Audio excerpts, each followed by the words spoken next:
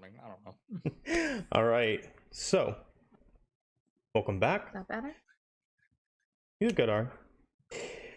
Welcome back, and Lycus, if you would do us the honors of a recap so we can jump into tonight's session.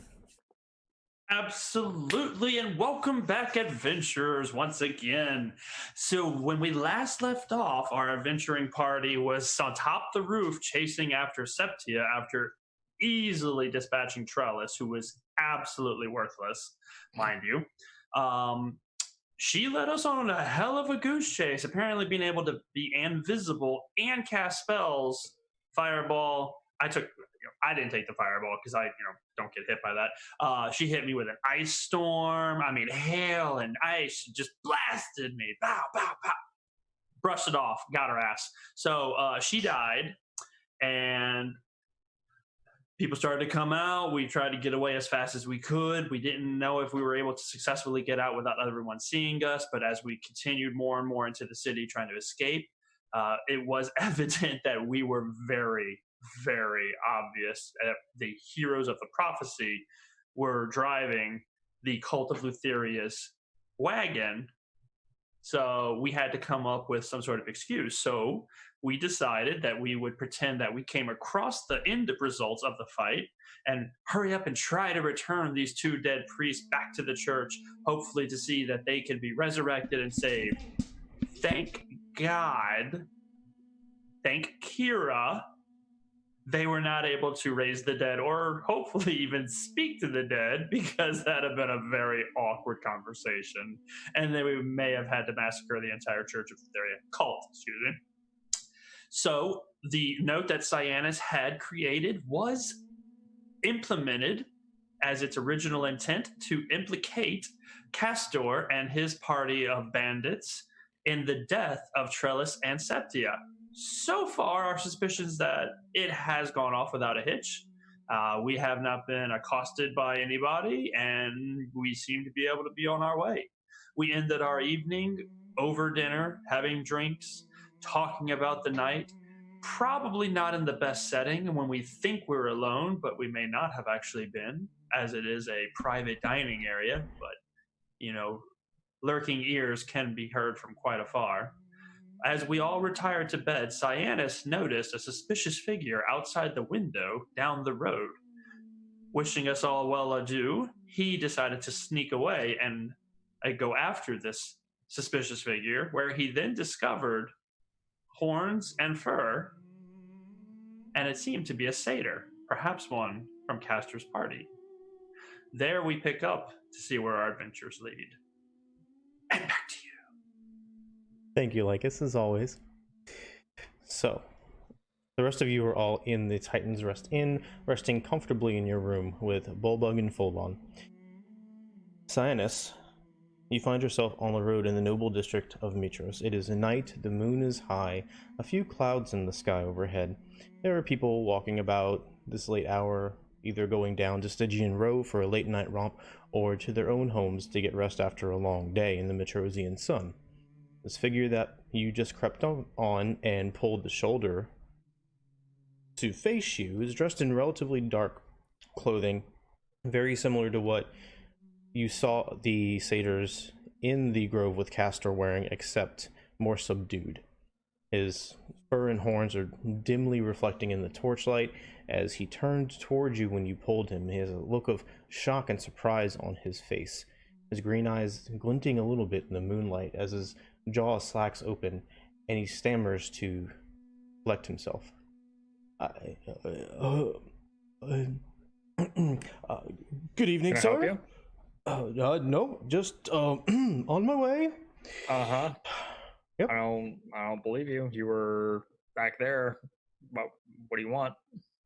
Don't want anything. If I wanted something, I would have asked you for it. Well, you were watching us pretty intently. Ooh, of course I was watching you. Pretty sure you want something. No, I'm okay. Do you want something? I want to know what you were doing in there, or watching for. 1 second. This is me, Joey. 1 second.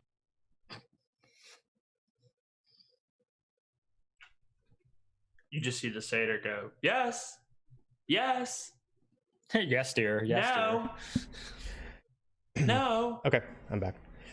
He said, sorry, private conversation. Okay. Yeah. I'm just making my way back through town. Yeah, but you seem to have started trying to bolt as soon as you got noticed. So That is what's up? nothing more than a circumstance, I'm sure. I didn't even see you following me. Mm-hmm. I don't believe that. I'm sorry you don't believe that, sir. Okay, look, I was following you. You seem obviously very intelligent, and I don't want to insult that intelligence. I was following you. I wanted to see you all for myself, see you in action, the great heroes of the prophecy, and you did not disappoint. But like I said, I didn't mean to disturb you, and I saw you look at me. I figured I'd best be off so you can get your evening's rest. Well, now you have my attention. What do you want? Well, like I said, I mean, don't want anything. I wasn't trying to get anything. I didn't approach you, you approached me.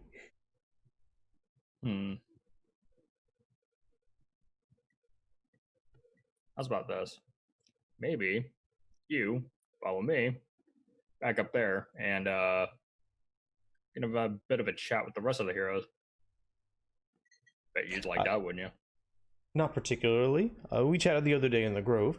I know you're all very tired, and that would put me in quite an outnumbered situation, if you don't mind me being wary. I saw what you did to those other two when you were upset with them, and, well, it seems like you may be a little upset with me, so I kind of like being out here and heading back where I belong, if it's all the same to you, kind sir. I put my hand on her shoulder and I'm like, mate, look, if I really had a problem with you, we wouldn't be having this conversation. Just satyr to satyr. As you say. Trust me on that. As you say.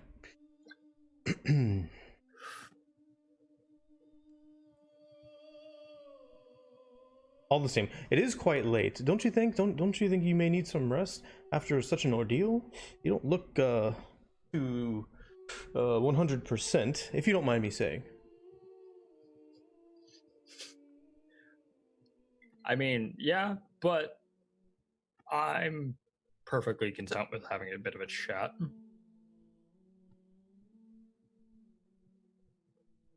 Come on. Roll a persuasion check. Persuasion. It's a 21. Well, I suppose a few minutes wouldn't be too much trouble for me or for your friends if you insist it's okay with them. So, yes, sure, I will happily follow you. Okay. Come this way. Lead him back into the Titan's Rest. All right. He follows you down the street. Takes a couple of minutes. You come inside. See the room largely as you left it. Nothing seems to have changed. Are you calling people down? Are you going up there? What are you doing? I'm gonna call down the main three and let Folon and Bulbug stay upstairs. All right.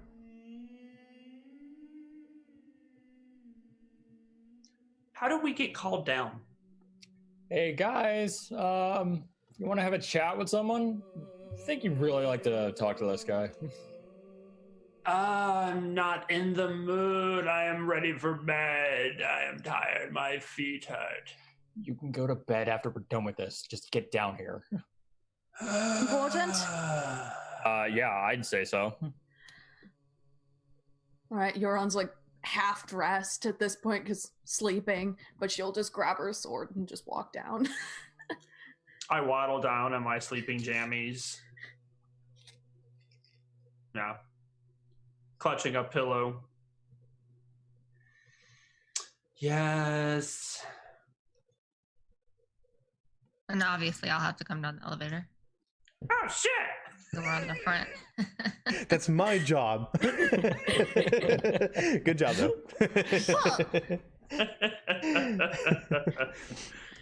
So one by one, the remaining party members come down to the tavern area of the Titan's Rest Inn. You see Syaanis down there standing over a seated figure, a satyr, who in this well-lit area you recognize as one of the 3 that were with Castor in the vineyards outside of Mitros.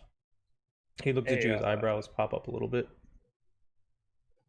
Sorry to wake you guys up, but we had a bit of an observer. And he wants to have a chat with us. Actually, no, I don't. To make that clear, he wants me to have a chat with you. He was watching? Yeah, he was outside that window. He was just watching us for... I don't know how long have you but he been was there. watching us? And Euron's going to grab a chair, kind of flip it around, and then sit down. And there's just holding the sword very loosely, kind of in her hands. He takes a little coin out of his pocket and he's just kind of spinning it nervously on the table. Well, you know, public street and all that. I just happened to find myself in the same place as you very often over the last day or so. That's all. I call bullshit on that, darling. Can we just cut his tongue out? No. No, you're right. I mean, he works for Castor. What about we just cut his horns off? No. Oh. He's tired. We could turn him into a newt. Can you do that? I could try. I mean, if it kills him, then I don't have to worry about interrogating him. No. I am really tired, and you are really disrupting my sleep right now. I'm not doing anything. That's him pointing over to Syaanis. What time is it? Time-wise, like midnight? Yeah. Post midnight? Okay. Yeah. So it'd be some time till the sun comes up. Yeah. I'm going to cast suggestion. Okay. And I'm gonna be like, I think you should play along before I burn you. Tell you what, you be our friend until you're our friend. You regard us. This is the enchantment. You regard us as your most trusted and loyal friends. And of course, it's the best thing you could do until at least the sun comes up to trust us with everything that you would hold. Let's see, I'm trying to think how to do it. Pretty much we're your most trusted companion. Like, you know, so it's and that's what I want to ask you. So I suggest a course of activity limited to a sentence or two to magically influence them. It has to be worded in a way to make it sound reasonable. I can't make them harm themselves. They make a wisdom saving throw, and they will attempt, on a fail, they will attempt to follow it to the best of their ability. So what I'm pretty much doing is regard us as your most trusted, loyal friends, your most trusted and closest allies until the sun comes up. Yeah, you're basically blurring the lines between suggestion and charm person. Yeah. Suggestion do you think I can play with this? Suggestion is like do a thing. Take an action. Take some type of thing you can perform. Does that make sense? Yeah. Maybe answer us honestly or something like that? No, I think he's saying I can't really do it because it has to have a triggering mechanism and then it ends. Yeah. Like, go give your horse to the first peasant you find. Do. Thank you. And then they move on. And then the spell ends. And suggestion doesn't work. He's basically describing charm person, which works differently. A very elegant charm person. Or friends, maybe. Yeah, well, yeah, friends is a little... Kind of. Cantrip-y. Alright, well, never mind. I can't do that. You can certainly try to do it by being persuasive, but spell-wise, suggestion doesn't work for that.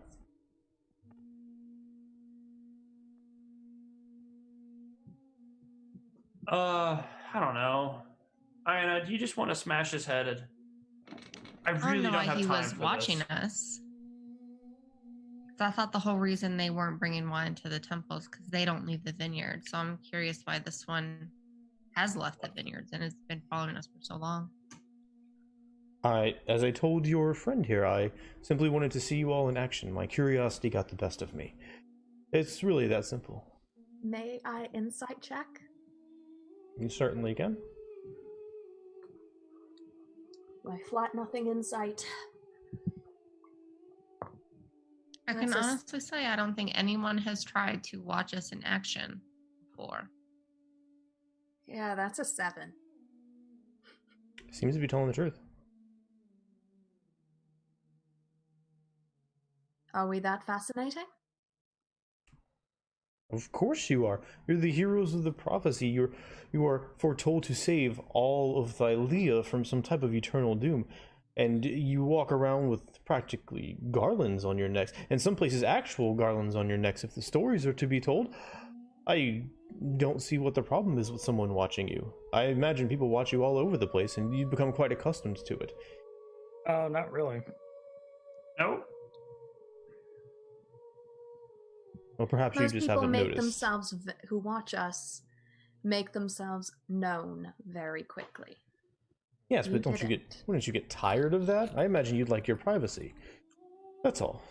And again, it wasn't like I was sneaking into your room, standing on a public street watching you. Don't see the harm in that. Did Castor send you to watch us?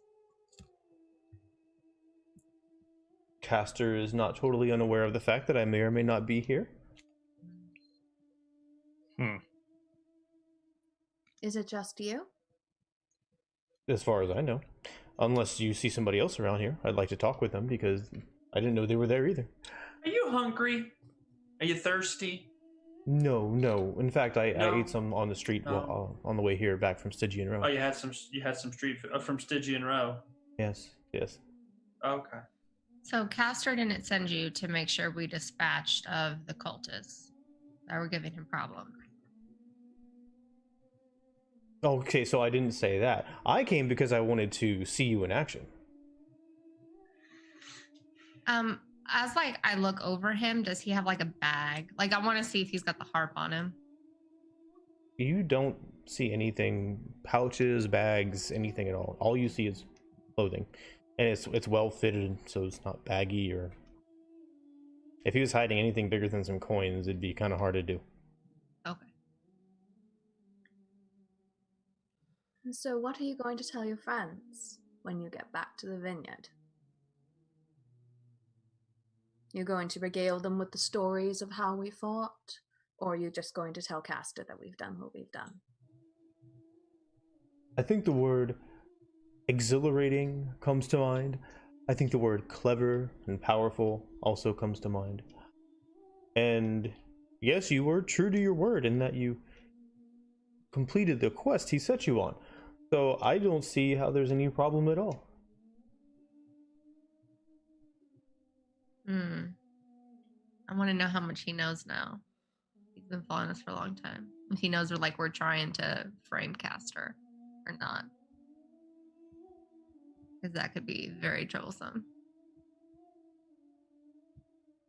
How do we know you're not working for the cult?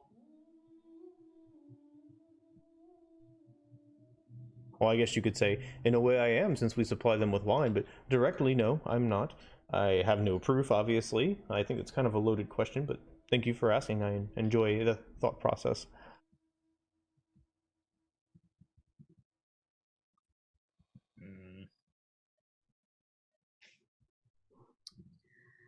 I will look over to the others and just say, at this point, perhaps we can, when we send this one back, and to tell Castor that we want to talk to him in the morning to conclude our deal.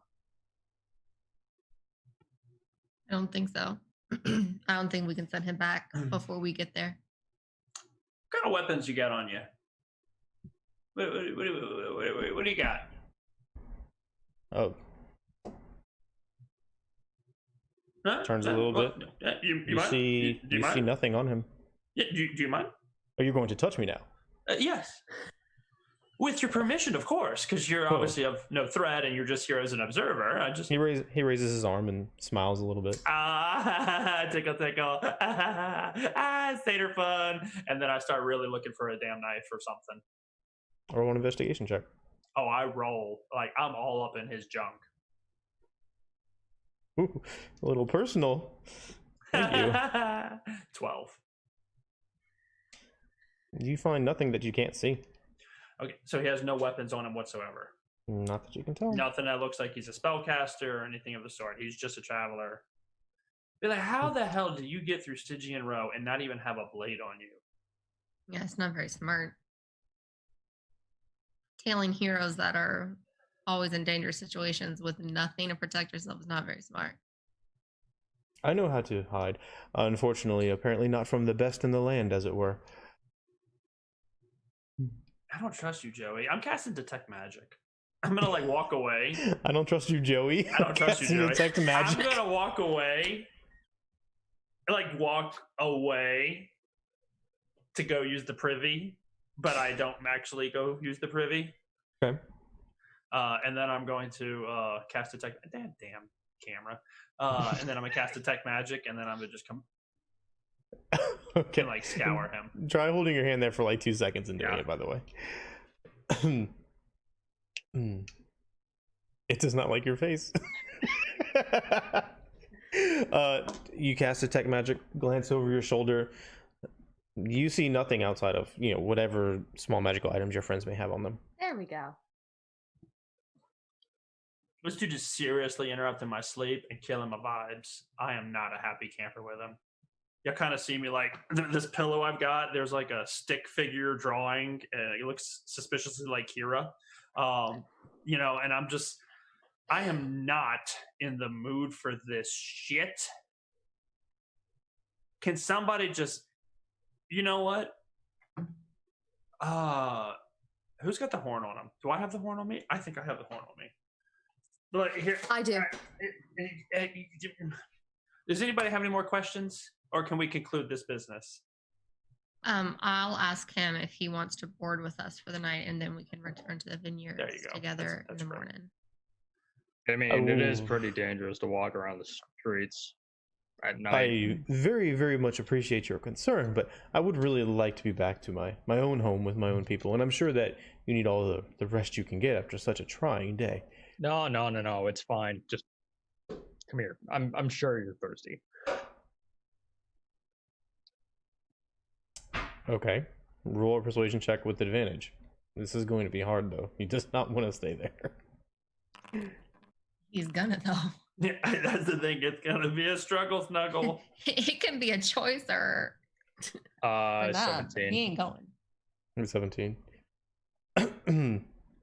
As amazing as that sounds, and your hospitality is as legendary as your battle prowess, I do really and I must insist I should be going. It's been a pleasure chatting with all of you, though. I will wrap him in a bear hug and carry him upstairs. Okay, this is good. This is good. Yeah, you're fine. You're fine. You're perfectly fine. Can't face palm anymore because of glasses. But I would be doing that right now. Please know that. No, So I know. no, you can't feed the snakes. No, you can't have your snakes feed him. Please keep them contained. You see Ina wrap up this strange figure and start walking outside, and you hear the gnomes and see the barkeep just kind of looking curiously, and then goes back to what he was doing. A couple patrons doing this actually for look up and stop him. talking, and Ina disappears, and the three of you are Neuron's alone in the room. Face is just in both of her hands and just looks at Syaanis and just is like I genuinely think he was innocent. Well, why are we doing this? No, because he's a satyr, and we know how satyrs think. Being satyrs ourselves. I clearly do not spend enough time around satyrs then. Oh, hon, I will be more than happy to alleviate that problem. Leave that with you and your pillow, darling. You leave Kira out of this. I was talking about your pillow.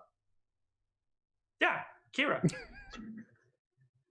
That's what that is? I thought that was a Geigen. It doesn't look. What are you? A Geigen? How dare you?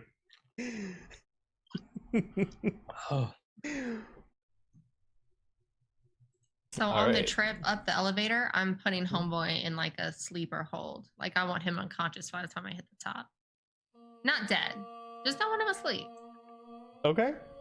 All right.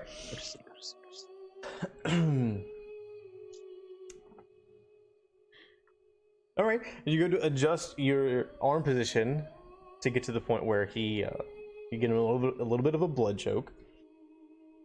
He's gonna go from being cautiously cooperative to very uncooperative very quickly as you do this. Like what? Go to sleep. Like what Okay. the fuck? Okay. So I need He has you. nowhere to go. We're in the air. That you are on like a 10 by 10 elevator at this point. Yes. Oh my god. So I need an athletics check from you. I rolled a 21 to resist. And we're gonna do it 3 times and see what happens. Okay, I rolled an 18 and I have a 6 modifier, so that's 24. Okay, so that's a win. We'll go 2 out of 3. Athletics check again. Oof, I rolled an 18. I rolled a 19 plus 6, so. All right, so 2 out of 3 wins. So he puts his hands up and he starts like kicking, his feet are in the air, just flopping around. The elevator starts to shake, and the gnome's the gnome's down there like looking wide-eyed, and then after 5 or so seconds, he just kind of twitches violently, and then just completely goes limp in your arms. Euron's gonna go up to the gnomes after the elevator's finished and just go, I will get you some fish if you forget that happened, okay? How would you have seen it? You were on the stairs with us. We're having a jamming party. Fair enough. Then never mind. As hilarious as that is in my brain, fair enough. We're going to bed. I'm singing the going to bed song. All right, so as y'all come up the stairs, you see the second half of Ina going into the bedroom. Before you all go in there, you see what you see. The satyr is completely unconscious, perfectly still, laid out on the floor onto the side, and then Bolon is asleep, and Bullbug's kind of half asleep, one eye's kind of like partially open and going in and out. I'm going to tie a rope between myself and the satyr, just to like, if he tries to get up, like I'll feel him moving and wake up. Okay. Because I don't want to hog tie him, but I do want to know if he tries to get up. Okay. Easy enough. Nothing required for that.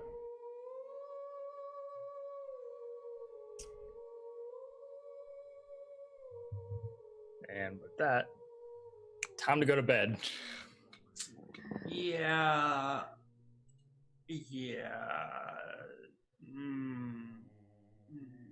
Do I have? Oh man, I don't have them. I thought I bought them.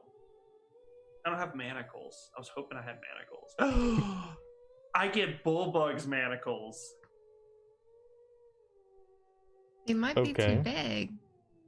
Kind of very much too big. Well, I was thinking it, but thank you. No, I put it around his whole fucking waist. You could probably put one around his neck. Oh, there we go. Yeah, so That's I put too it around. far. No, it's just for the night. We have I don't a need him key. shanking. I don't need him shanking. We have a key to the We manacles. should. Well, yeah, we're the contract holders. I'm sure that auction came with a key. This ain't going back on Bullbug. We're not going to use it on. We're going to throw it away. But now we have a use. I mean, I just don't want this guy killing me in the night. He has no weapons. Oh, neither do I, honey. But I do.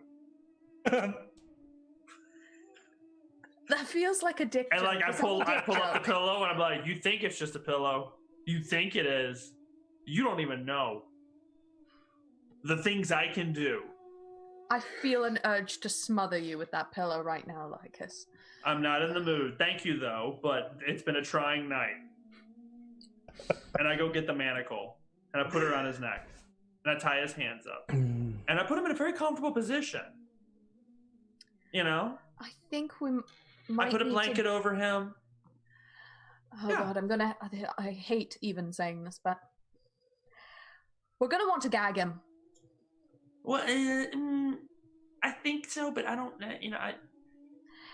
Otherwise, if he wakes up at all, he's going to start screaming. He might get kicked in the face by Ina. But then he will have been still heard screaming. Okay. I mean, yeah, that's fine. Yeah, so we'll gag him. Make sure he can still breathe, you know. And then we're going to tie, you know, so he's tied to her Ina, right? There's a rope attaching him to Ina's thigh, upper arm.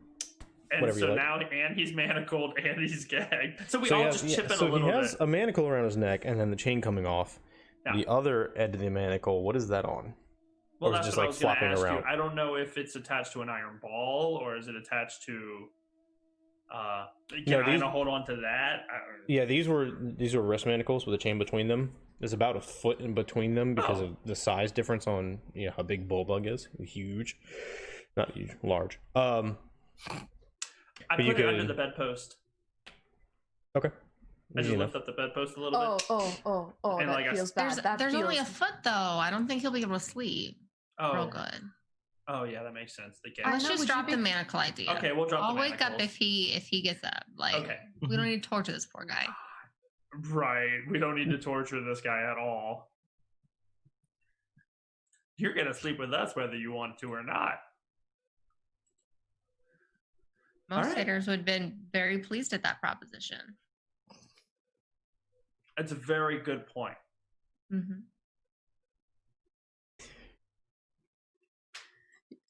At this point, Euron's just gonna kind of go to bed and just be muttering this, just like, I'm so glad I'm not a god anymore. I'm so glad I'm not a god anymore.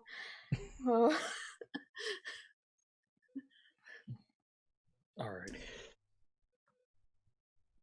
So, bedtime? Yep.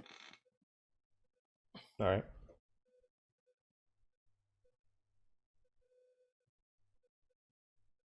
You all awake. It's obviously morning time. The sun has come up a little bit. As your eyes flutter open, you find yourselves in your beds. Nothing seems to have been disturbed in the night. You see a very awake guest, bound, kind of sitting up a little bit, eyes wide, just kind of nervously looking around. Bullbug and Full On start to come to consciousness and look over, and then eyebrows raise and they glance back and forth at each of you, and then just kind of slowly walk out of the room to kind of leave you to your own devices for the time being. It is just after dawn. The sun's up in the air, but not far at all. You start to hear the sounds outside of townspeople going about their morning business. The scene is yours. Hey, good morning, sleepyhead. Looks like someone hugged you too hard.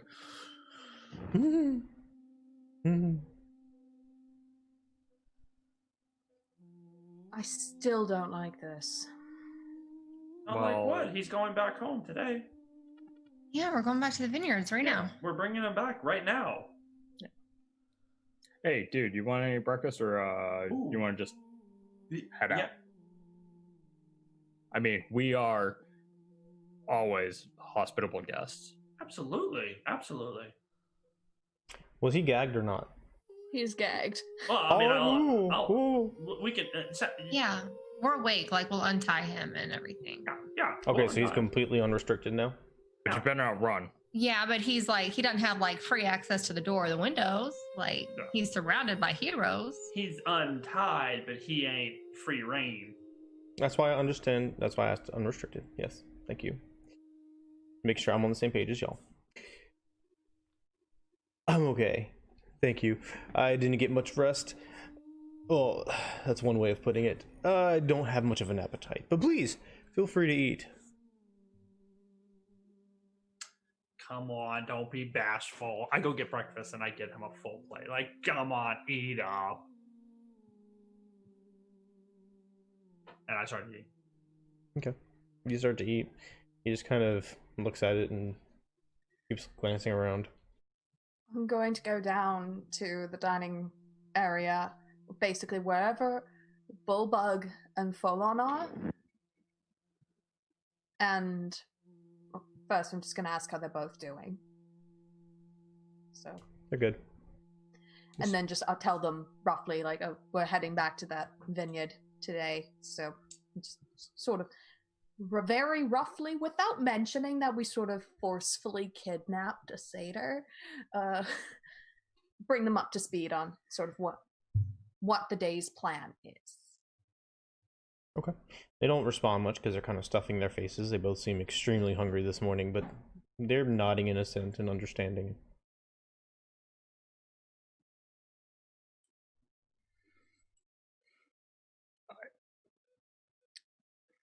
How long is the walk to the vineyard? 20-30 minutes, Okay. depending on foot traffic. I look over to our friend. Do you like music? Of course I like music. Oh, good. I need someone with a trained ear because all I've got is Syaanis. I've been practicing bagpipes and I'm not very good. So I was hoping you would like it while you have your breakfast. I'm just going to play you a little tune. It's just something that I've been practicing. You don't, so, let me know exactly what you think about it. And, be honest. I'm just, I'm so excited to get back to everybody because I know you got a dryad, you got a nymph. So I've been practicing. It's just one of my things. Okay, here we go. And then it's like 6 a.m. and I just fucking lay into these bagpipes. Down in the dining hall, presumably somebody nearly throws a plate. The sound. Give me a performance check like it. Hell yeah.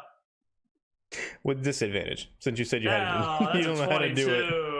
No, I am proficient in it. Oh, you are? No, I really am. I made it. Okay.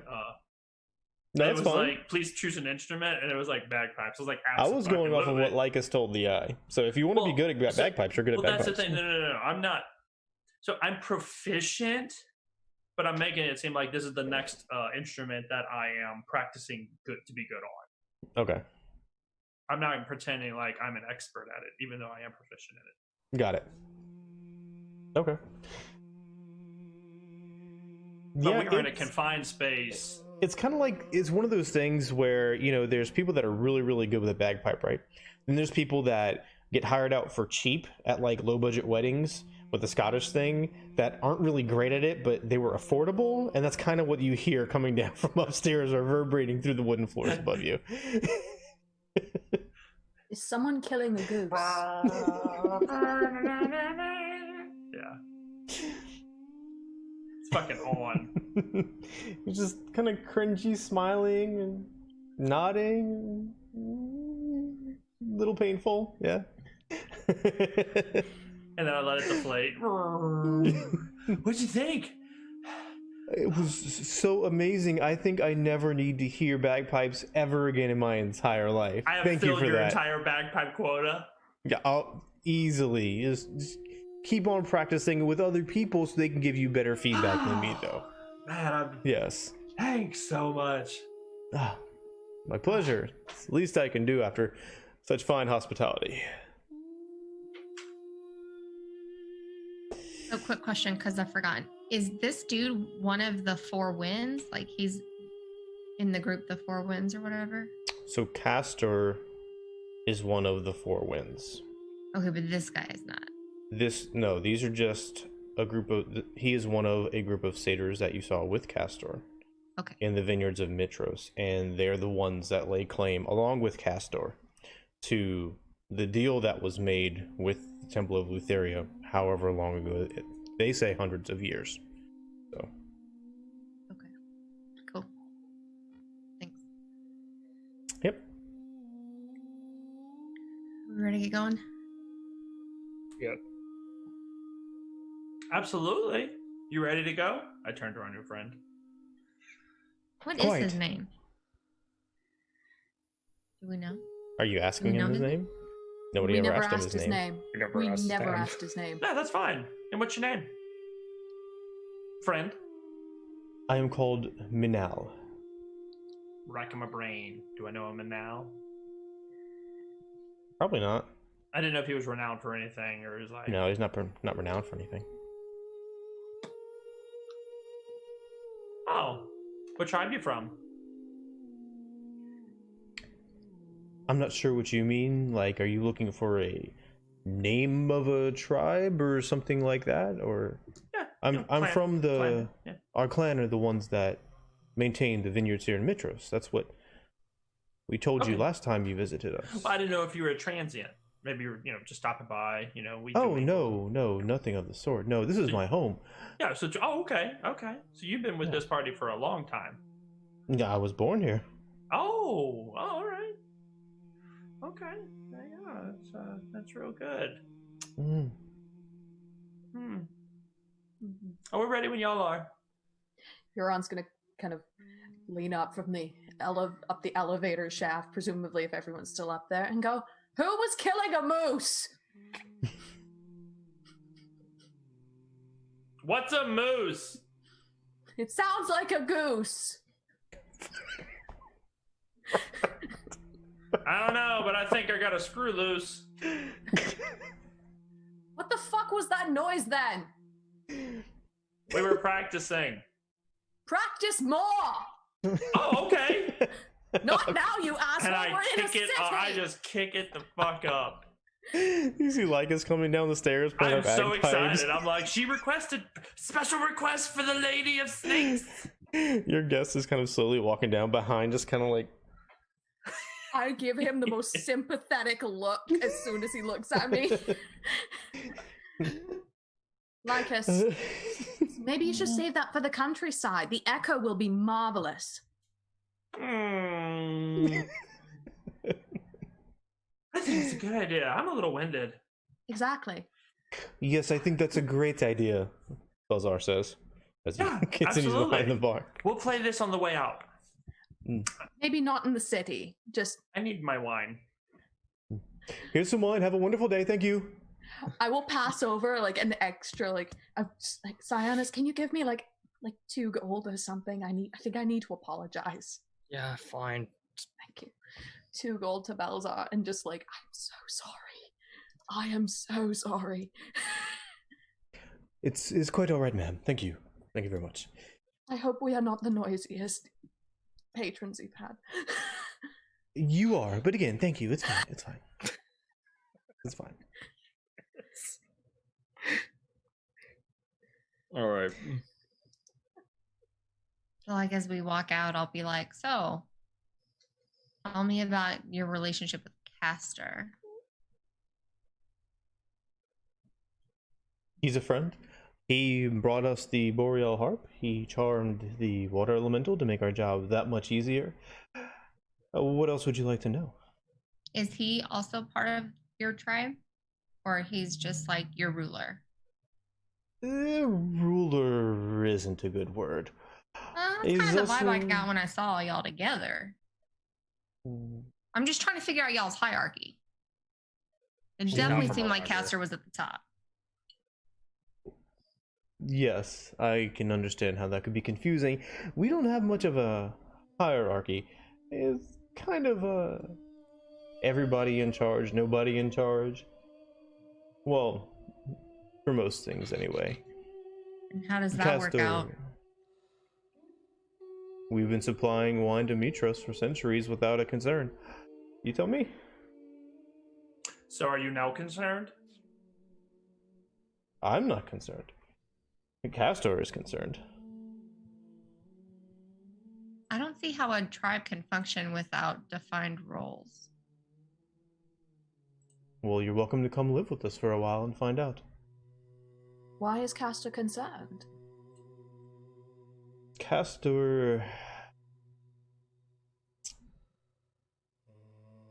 likes to be in control. Ah, And when he's not in control, Castor is uncomfortable. When people talk ill of him, Castor is uncomfortable. Castor has lost a lot. Or so he says. Which, seeing the pain in his eyes, I believe it. Yeah. Did he ever talk about his sister any? I mean, everyone's got family, and I didn't know what happened to her. Does he ever mention his sister? As a matter of fact, the day that y'all first came to visit us was the first I ever heard him mention her. And he refused to speak of her after that as well. He never talks about visiting home or going on vacation. sabbatical? Since he Walkabout? came here with the Boreal Harp, he's never left. Where did he? Has he ever said where he came upon such a thing? He and the other Four Winds stole it from the Temple of the Five, along with the other instruments of the Bard. Oh, so they have all of them. Oh, good for them. Good for them. Why? I heard they stole it from a nymph. Really? Mm-hmm. What was this nymph like, if you don't mind me asking the questions for a moment? Oh boy. I suppose she was like every other nymph one comes across. Enchanting and beautiful, hospitable. Long dark hair?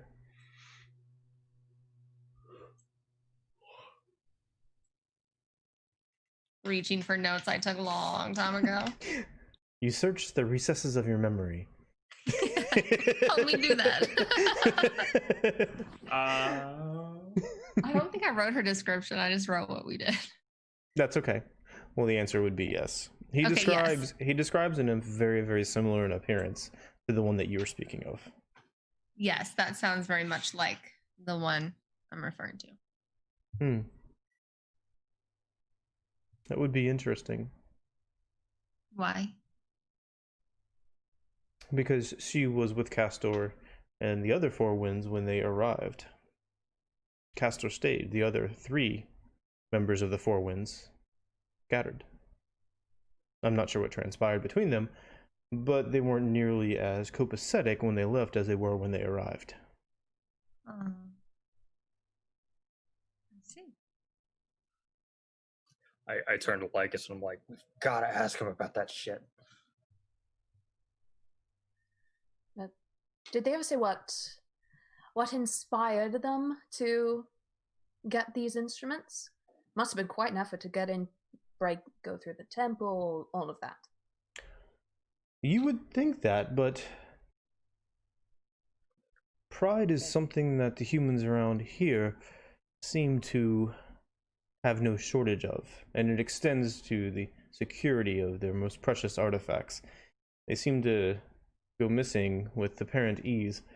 Out there, left in the open for all to revere, makes them quite susceptible to a little bit of magic. What the hell happened to the guards while I've been gone? Huh. Magic? What magic? Are you telling What y'all me been doing? What are y'all have you been never doing? been charmed or perhaps put to sleep before? Of course I have. The ladies always find a way to charm me. You know what I'm saying? Oh. Yes, No, the but stories really, are true. I didn't know y'all knew any magic. That's fascinating. Is it Castor? Oh, I don't. Castor gains his magic with the Boreal Harp. Absolutely. I mean, it's a powerful, powerful relic in and of itself. But to get the harp to be able to dispatch the guards, I'm just very shocked and surprised. They had a nymph with them. Oh, you know those. Yeah. I'll maybe look at Aina as we're walking and just say, what did maybe for just quietly and just say, so the nymph you met said the harp was stolen from her? Yes. She said a band of satyrs stole it. Well, she said it was stolen from her, and rumor had it a band of satyrs near Mitros had it. And asked if I would retrieve it for her, which I felt was no problem. So happy to retrieve it. Did she have a name? Did you learn? I'm not sure we exchanged names. There wasn't a ton of talking. More just experiencing. Oh. Good food and drink. Yeah. A warm fire. Yeah. Mm-hmm. Bearskin rug? Why would you sleep on a bear skin? There's a lot of fun things to do on a bearskin. Oh, they have lice. That's terrible. Especially after they just die. That's disgusting. You are just such a strange guard. Human. So, if Castor gets his magical prowess from the harp, why would he be willing to give it to us for dispatching 2 people?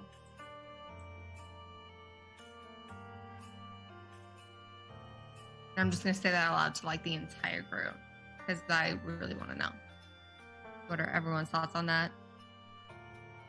It seems like if I could do magic, I wouldn't just give it away for 2 lives.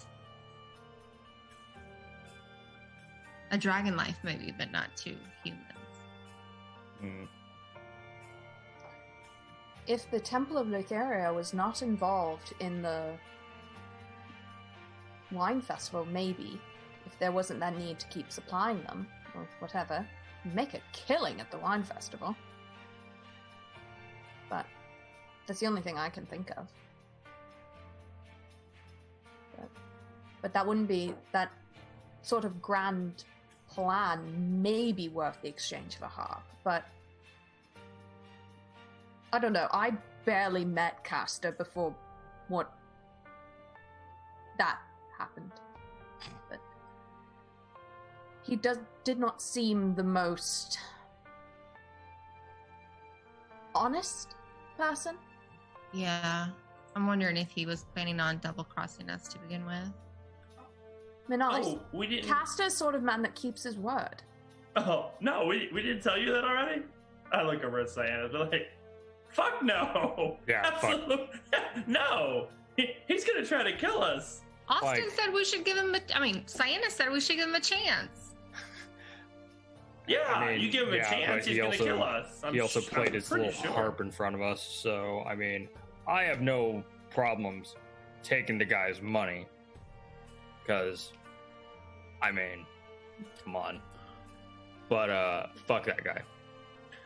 I look over. And maybe at this point, I'm like maybe starting to try and usher Minal ahead so that he's not blatantly overhearing us talking about murdering him. Mila, if you had an exceptionally powerful item that granted you superpower magical powers, would you just trade it for the death of 2 simple humans so you can keep selling wine?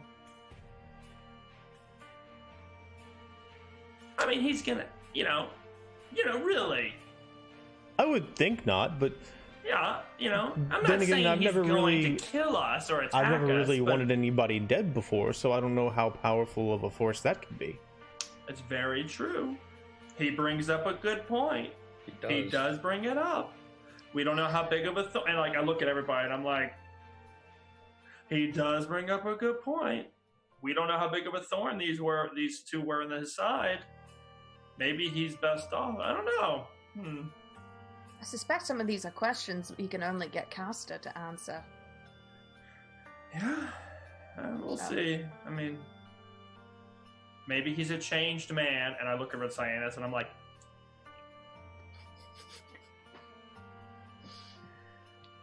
because we're behind homeboy.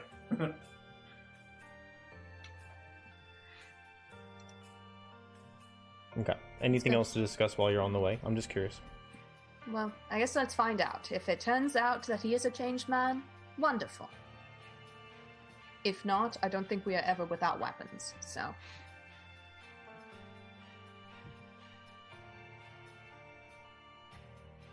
I just want to ask Minal one more question. Take your time. If he was aware of any plan, like if he knew that Castor was not being truthful when he made that deal, or if Castor made some comments after we had left about how he was going to renege, or anything like that.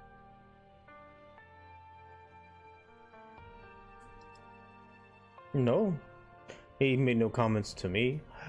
I have known Castor to take loose interpretations of deals he's made in the past, of course.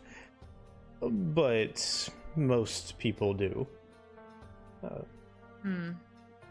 have no reason to believe that he plans on double-crossing you, if that's the pointed question you're asking me. It is. I don't know if I'd put it past him, but then again, after seeing what I saw, I don't know if I'd put it past you all either. Well, almost there.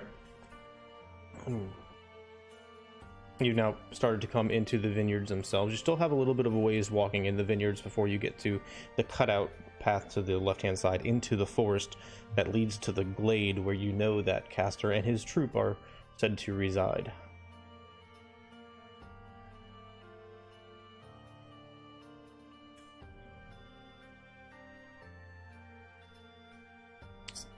Walk. I'll just walk in silence now until we see Okay. Castor. This was nothing more than an opportunity for any last-minute words or preparations for whatever's happening or whatever. So, okay. So, where's my music? Elven Vale. Thank you, Sirenscape. I love Elven Vale.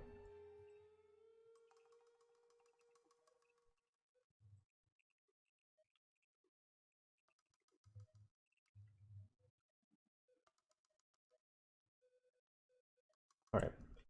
So as you walk into the clearing, you see a very familiar sight. Just as last time. Across the way, seated on a log, you see Castor and the two other satyrs. You see the dryad lying luxuriously up against the tree. Several barrels on the left-hand side of the fallen log, as Castor seems to be slowly plucking at the harp, the morning mist kind of rising off the ground around you.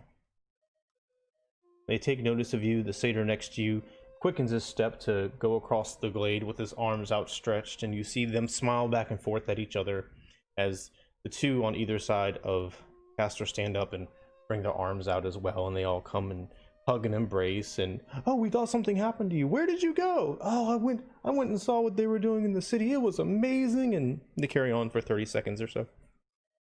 Meanwhile, Castor is just kind of looking at you and slyly smirking and plucking at the harp with a very confident look in his eye. The dryad slides over and sits next to him, turning her back towards him, and they rest their backs up against each other. On her hand, little flowers start to sprout up as he plays his music, and they float in the breeze almost as though they're dancing. I start humming a tune as he's plucking. I kind of make like it's loud enough that everyone around me can hear it. Okay. I don't want to expose it just yet.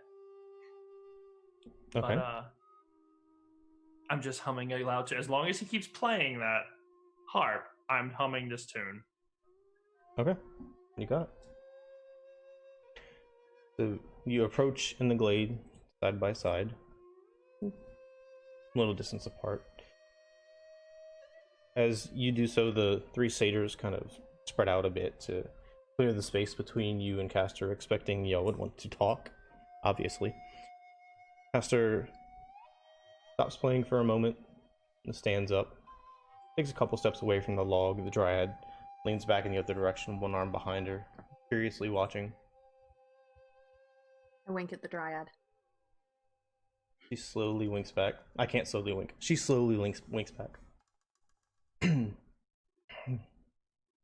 Castor puts his arms out a little bit. Good morning, friends. Morning. What news have you? Well, I took care of my little problem. Is that so? And you see him turn his head a little bit, catching his friend that was tracking you out of the periphery. You see him nod and slyly smile, and he turns back to you. Well done.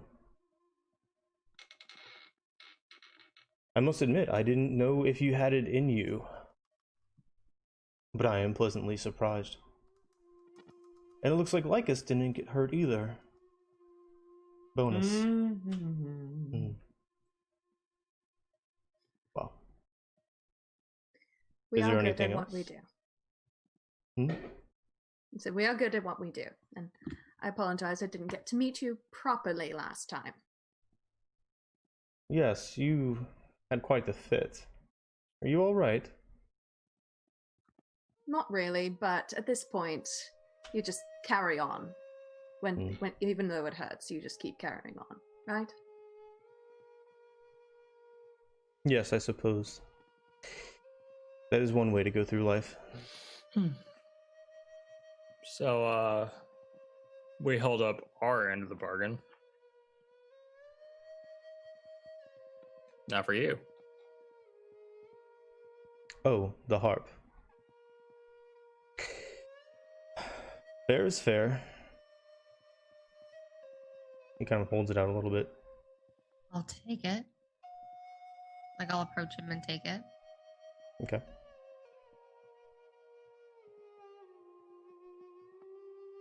You walk forward. He smiles. I figured Lycus wanted it. Well, I wanted it. it's all yours. And he takes it, slams it on his knee, and it bends in half. The bowstrings break. And I he, deck him in the face. he smack.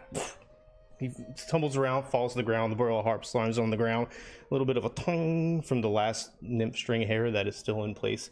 He gets he's twirled on his side. He can go pick it up easily. He's curled on his side, his two arms almost like a halfway push-up, and he spits this bright red blood onto the ground and looks back over. Yes. Quite the heroes that travel with you, Lycus. Why do you keep addressing Lycus? You're dealing with me right now. We had a bargain. Our bargain is fulfilled. That bargain was not for a broken harp. Oh, we never stipulated that. You wanted the harp, you have the harp. What do you gain from being so spiteful? Everything. I am going to... I'm so pissed right now. Ina is so pissed right now. She's gonna attack with her great axe. Okay. Make an attack roll.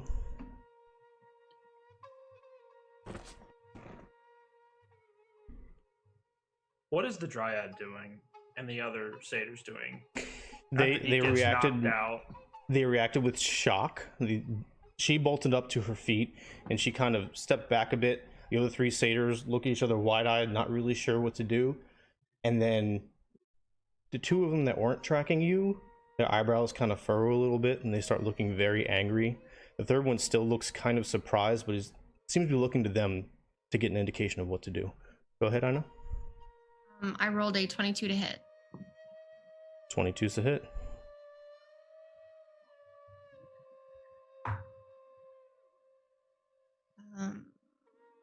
For 13 damage. And I'm gonna rage. Sorry, move my Would papers that here. be an extra damage? You could have raged first if you want to. Okay, yeah, then that would be 15 damage. 1 second. The dog rages. That was the cat. The dog's in here sleeping. That was the cat? They're Sound like horrible. a dog. Sound like a dog bark. All right. No, they knocked so something off the counter. You see Ina in one very quick, unexpected motion grab her great axe and an upward diagonal slash across Castor's body. You see this bright red streak from his hip to his shoulder appear, and blood flies up in the air and spatters on the ground. He grasps his chest.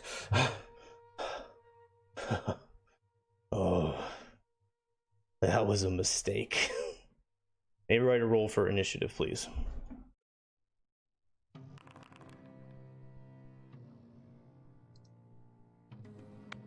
We're rolling for initiative, Josh. Yes, we are rolling for initiative. We fix this. All right, the cat's decided to knock off stuff off the counter.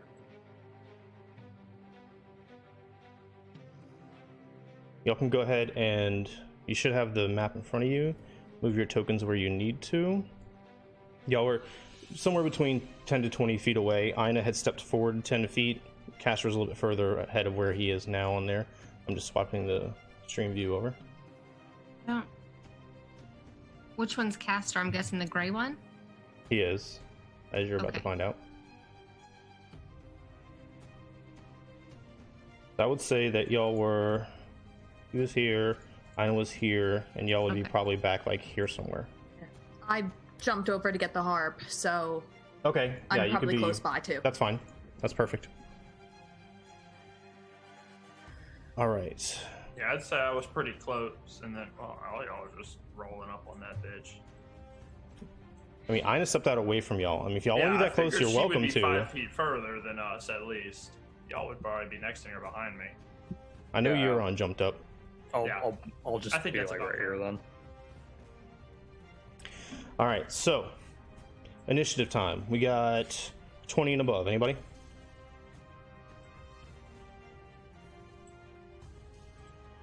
I'm gonna need y'all to talk because I don't have the No. camera up. Okay, sorry. 15 to 20. Nope. Nobody. No. All right, 10 to 15. 10. God, guys. Surprise. All right, 5 to 10. 8. 6. Oh, 8 for I her. know. 6 6 for like me. this. You're on. In keeping with the even numbers, 2. No, sorry, 4. 4. 2 plus. I rolled a 2 plus 2. There we go. Okay, your dex mod's a +2. Did someone else roll a 4? My God. So is our initiative order literally 4, 6, 8, 10? Yes, it really, really is. That's beautiful. All right, so that kicked off combat. We're gonna start at the top of the order. It is Castor's turn. You see him. He raises his hands. Come, my pets. Let us play. And on either side of him, about 10 feet up, you see these massive fey-looking birds. They have green feathers with yellow tips and these blue heads. They almost resemble these eagles or something. Apparate out of the sky and appear on either side of you, bearing down upon you. What are they? They appear like these fey, multicolored eagle creatures. They're giant parakeets. Yep, Giant parakeet's a good way of putting it. Definitely the giant parakeet.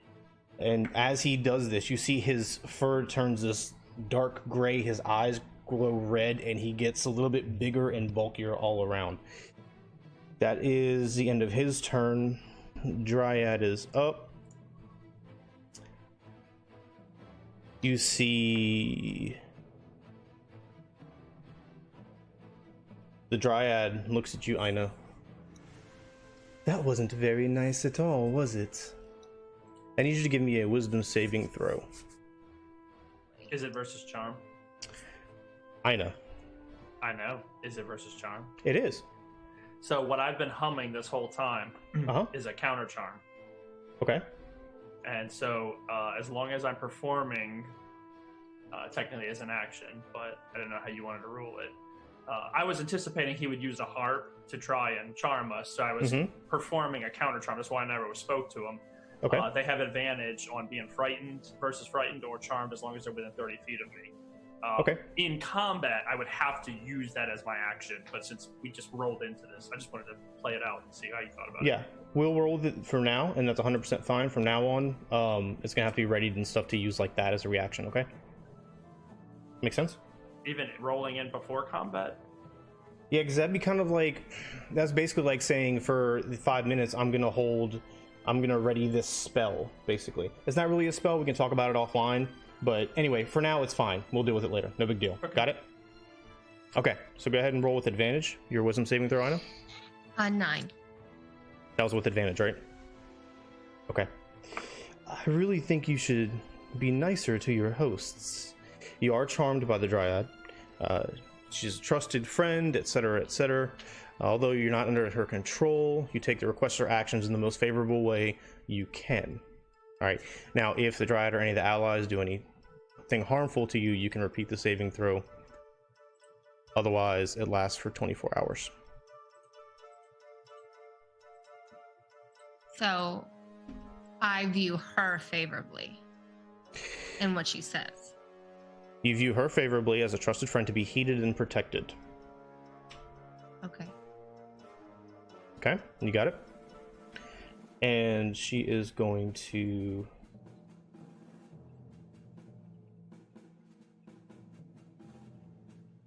You see her walk over to a nearby tree, and she disappears, and then strides out of a tree further away on the left-hand side.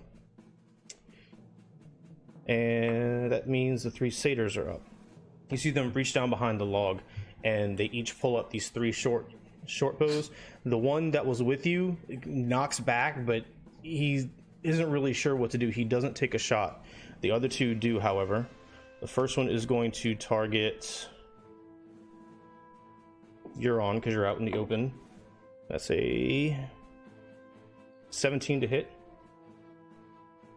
I believe that misses. Let me quickly double check. Sorry, I believe it misses as well. It's fine. Yeah, 19. Yep. It All right, misses. and the other one is going to target Syaanis. That is a 19 to hit, Syaanis. Yeah. Hit. Nope. These 2 arrows fly out. One narrowly misses Euron, streaking through the mist. The other one slams into Syaanis' arm. You're going to take 7 points of piercing damage. Okay. And these 2 eagles came in, so they're just kind of coming into being right now. Syaanis, you're up. What are you going to do? All right.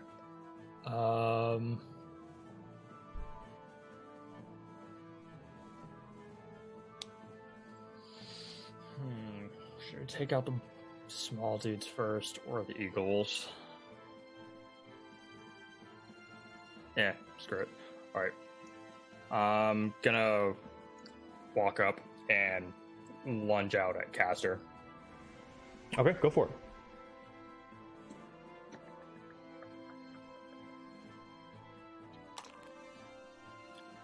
Ha.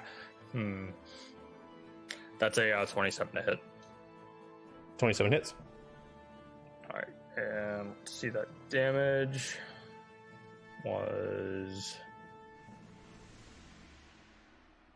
7 plus 13, so 20 damage. 20 damage. Nice. Grimstalker flies out, slams into his ribcage. You twist it out. A spurt of blood falls on the ground in front of you. Anything else?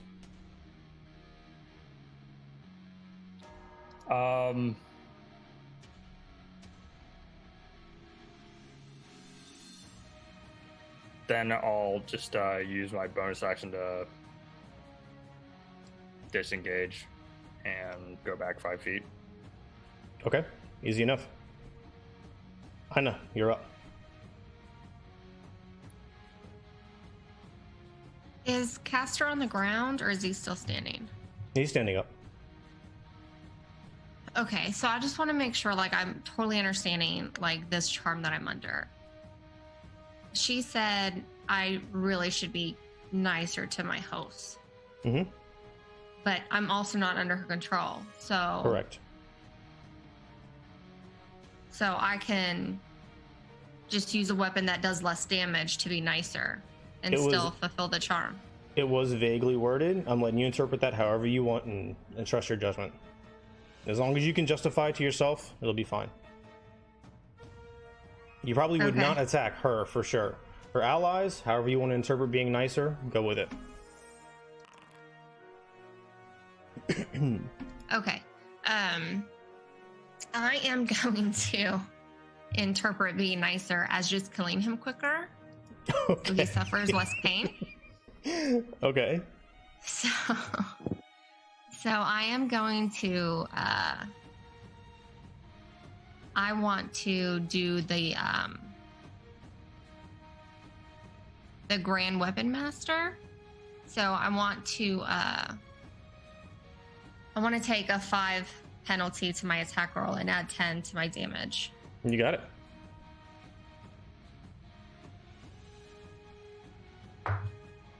All right. Does an 18 hit Castor? An 18 does hit.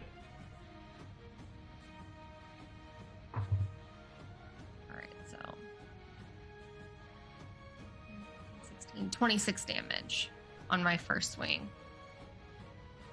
You look over at her, you look at him, kind of struggle with yourself for a moment, and then put all your force behind a mighty swing. It slams into his collarbone, splits in two, goes down, buries itself into his torso. One arm kind of lops over to the side, and his head goes to the other side. And he gurgles for a moment before teetering and falling on the ground dead. Oh. Well, she killed him faster. That was a really good hit. I know, you beautiful bitch. Don't you also have an ability if someone dies, you get an extra attack? Isn't that what that says? Yes, she does. So, are they still looking mad? The other guy, the other satyrs? The two of them are, but that one still seems kind of unsure. Are the eagles still around? They are. Get the birds.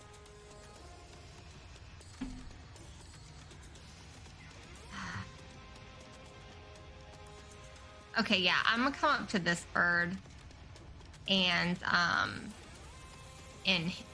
swing at it with my great axe.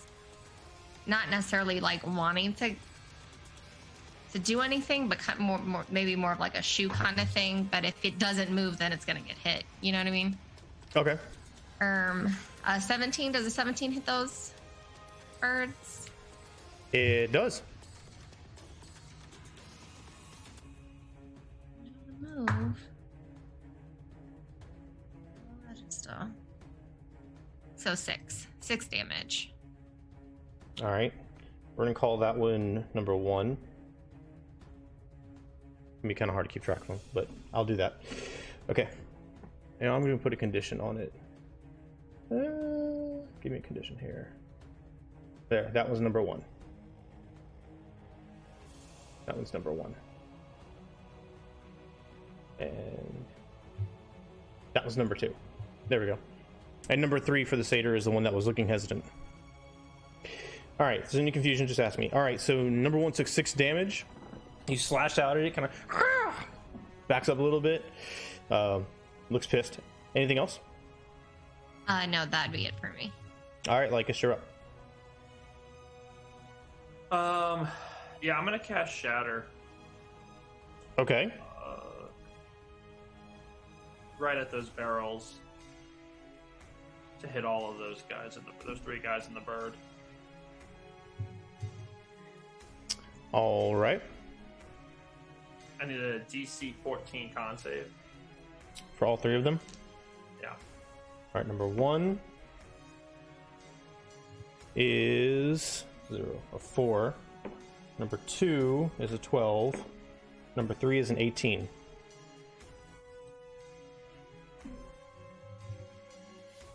$21 damage. Half that if they pass. Okay. It's the thunder damage.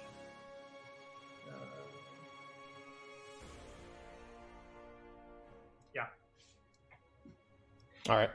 So this loud sound comes out of the barrels and they splinter all around. What's that? Yeah, it's just an eruption. Yep. This barrel splinter all around. The log comes up and slams down, and all 3 satyrs kind of get knocked off their feet for a second before catching themselves at the last moment. You see splinters and concussive force damage all over their bodies. They are hurting really bad. Anything else? I'm just gonna walk over to Castor, just kick him. Okay. You kick him, his body slovenly moves a little bit. Nothing else. Yeah, that's fine. All right. So that means you're up. Damn it, I was gonna try and get the one that we had kind of gotten to like out of the way.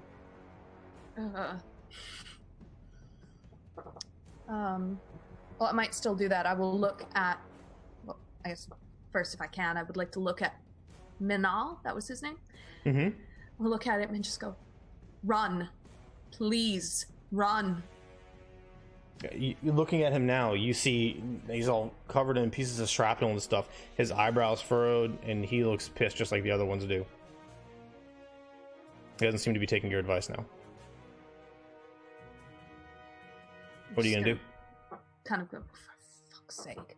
And then I will turn and focus on bird number 2. Okay. And I've got my sword, and I am going to try and do it to him. Go for it.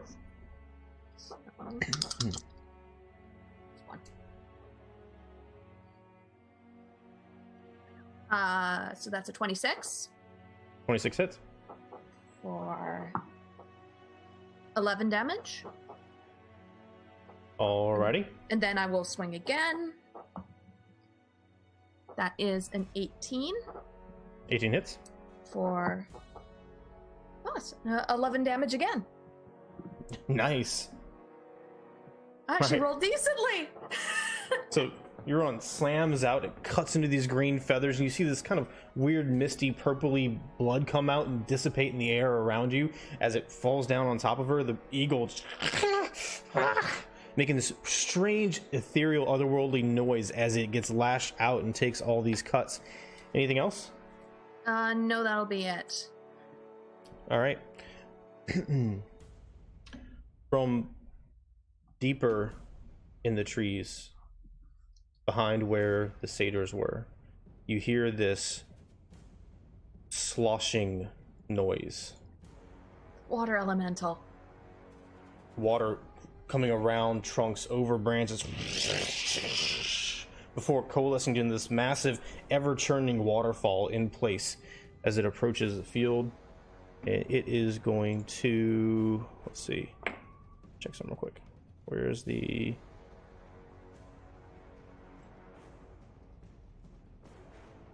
Gets right there. It can't move very far from there.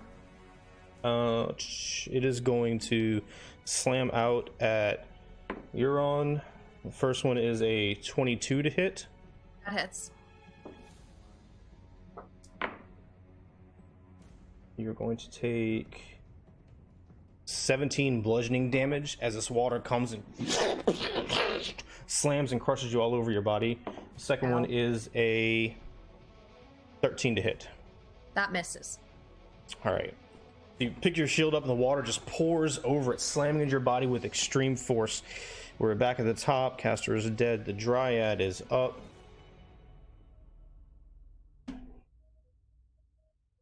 You see the Dryad step forward a little bit, and her skin starts to cover in all this bark, and little plants and roots sprout out on all the different portions of her joints. That was... double check it here. That's an action. She is going to approach a little bit, but keep most of her distance. 3 satyrs are up. They are wounded. You 3 are in front, so they're going to take a shot at all 3 of you. Number 1 is going after Ina, and that is a 22 to hit, Ina. And you are raging, right? So that is 5 rounded down to 2 piercing damage to you. Number 2 is shooting at Lycus. That is a 13 to hit, Lycus. Is that a hit? Negative. All right. Arrow flies, sticks in the ground behind you, and 18 at you, Euron. That misses. Another miss. As the water recedes, an arrow comes flying out of nowhere, ricochets off your shield into the ground and rolls off.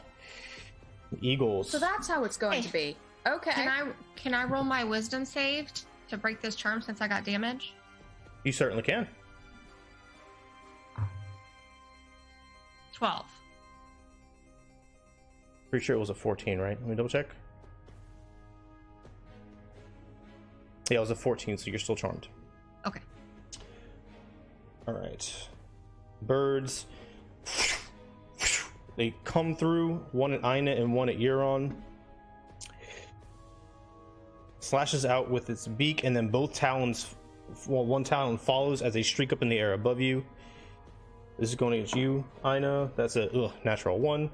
And the talon attack is a 24 to hit. That is 10 rounded down, 5 slashing damage for you. And you're on.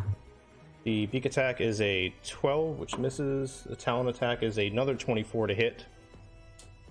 Yep. That is going to be 8 slashing damage. So these two giant eagles come sweeping in, snap out at their beaks at you. You both dodge those. The talons come along, barely grazing your shoulder, digging in with your tough skin, Ina. The other one kind of rips into your gut a little bit before jerking upward, you're on, and they both streak up into the air. You guys get opportunity attacks against them if you want to, because they're moving out of your range. Okay, go for it. Do I get to roll my wisdom save again? You do. I rolled a natural 20. Okay, so you're no longer charmed. That was a 24. 24 hits. God, that was on its edge. Rolled a 25 to hit. Yes! You hit as well, Ina. Go ahead, you're on. 12. 12. And can I pull it because it's Sentinel and I hit it?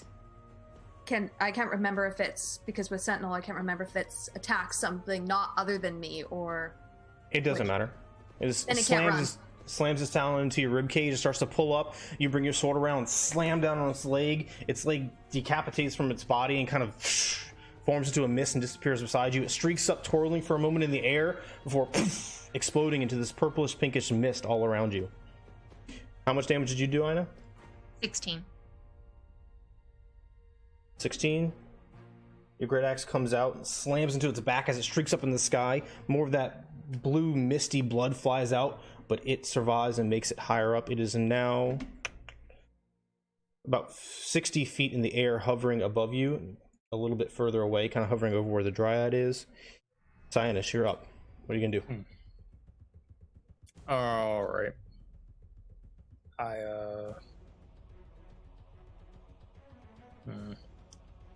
What do I want to hit? What do I want to hit?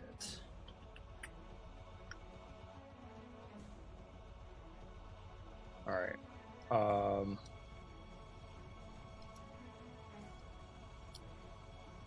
Just gonna move to here. Okay. Actually, no, wait, scratch that. Just gonna go back to where I was, and I'm gonna like point at the bird and just throw my spear at it. Okay, so let's say that was 80 feet away. Does that give you any type of disadvantages or anything? I forget your range. Well, it's called 70 feet away. Oh, 70 feet up? Yeah. I mean, well, yeah, my range is still up. like my range is still like 50, 90 on this thing. So okay, so if it's over 50, you have a disadvantage. okay, that's got it. Okay. You could get closer, and if you get directly underneath it, you should be able to get it. Well, no, I said it was 60 feet up. Disregard. I'm an idiot. Yeah. Go ahead. Unless I'm gonna just like jump up and then throw it. No, I math bad. I mathed bad. I got you. All right. So that is a 18 to hit. 18 hits. Okay. And then that'll be 9 damage. All right, Grimstalker flies out, kind of twirls around it for a second. It's lashing out with its talons at it before slamming through its ribcage and coming back to your hand as it does so. That purplish mist spreads out all throughout the air in a giant cloud before drifting away on the breeze. Both eagles are down. Anything else? Then I'm going to run over by this tree and hide. Okay, give me a stealth check. Okay. 28. Okay, good to know. Ina, you're up. Okay, I am going to run up to the dryad and swing at her. And let her know her little charm backfired, because all it did was make me kill him faster. 24 to hit? That hits.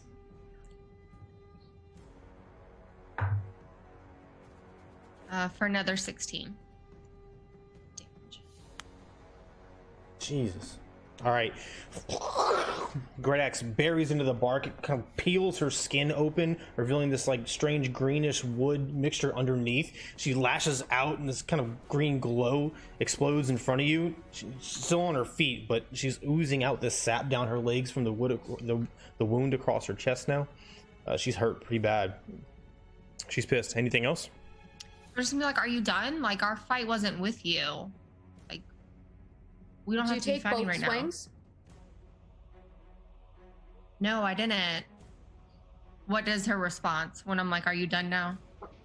Oh, I don't want to scream, but she just kind of screams at you, this strange, otherworldly scream coming out from her wooden throat. Oh, then I'm gonna have to take that second swing. Thank you. You're Go on. for it. 17 plus 6, so 25. Yeah, 25 hits. Jesus Christ. 23. Or Don't matter. 17. Okay. Come back around, horizontal chop, like felling a tree. It cleaves right into her lower half. She's kind of standing there static as her upper hand creaks back and falls on the ground as the bark kind of dissipates from her skin. Her lower half crumples in front of you. She dead too. Okay. Anything else, Anna?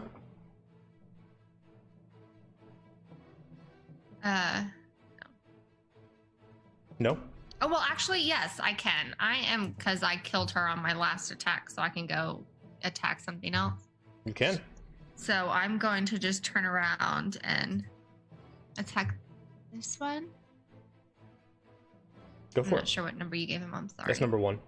Okay, number 1. And I'm going to swing and ask the same question.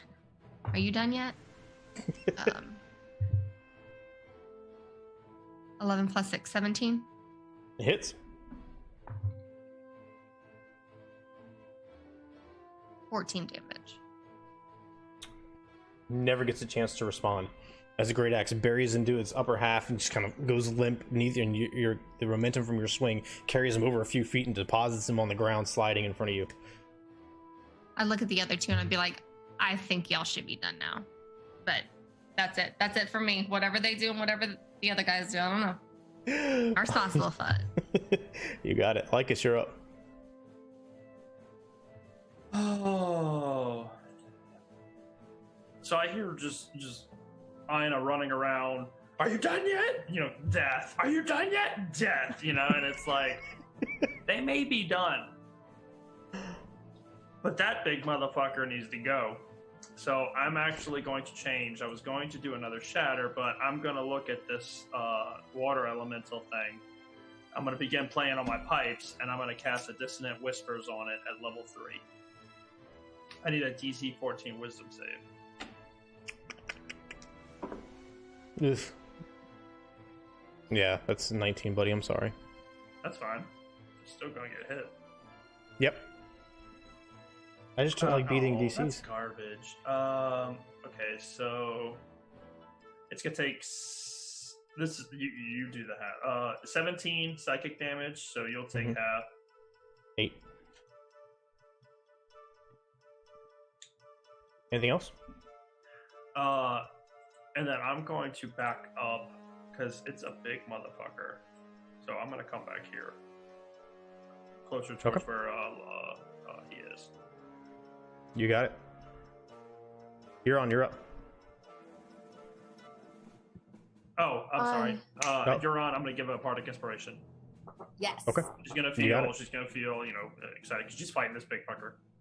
Remind me what dice that is. 1d8, and it can't be less than a 2. Thank you. So like And- it's playing his melody, backing up. You see the water elemental in front of you start revolting and vibrating in a strange way. You can tell something Lycus is doing. It's having some kind of an effect as he slowly backs up and winks at you, and you feel empowered. What are you gonna do? I'm going to step over right next to just get into the space of this lovely big fella, Okay. and I am going to just sort of swing my sword. No fun quip. I'm just gonna swing at it. Okay. So that's a 21. 21's a hit. For again 11 damage. 11. Okay, and which weapon is that? That is my that is the Mithril Mycara. Okay. For 11. That's a D8 plus 4. Got it. Yeah. And then I'm gonna take swing number 2 at it. Go for it. And that is a 22 to hit. 22 hits. For there we go. That's a little better. For 10 damage. You got it. And then how's it looking? Every time you slash at it, pieces of water kind of go into puddles and then kind of melt into the ground. It looks okay. It doesn't look like you're taking off giant chunks of water or anything, if that's what you mean. Yeah. Okay. Then you know what?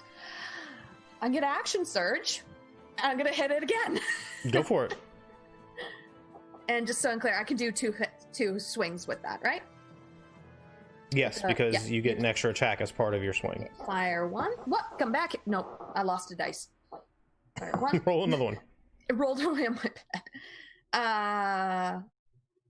Okay, I can't remember because it's been a while. I don't usually get the bardic inspirations. If I've rolled and I see, can I roll the bardic after? Yeah, you can choose to add it to your roll, and it's a 1d8, and I just checked it with my current level. It's actually a minimum of 3 you'll get. So no matter what, you'll get at least a 3. Okay. 13 then? 13 misses. Shit. Okay. Then fire 2. Okay, you're not using the dice that's been kind to me. That's a 15. 15 hits. Beautiful.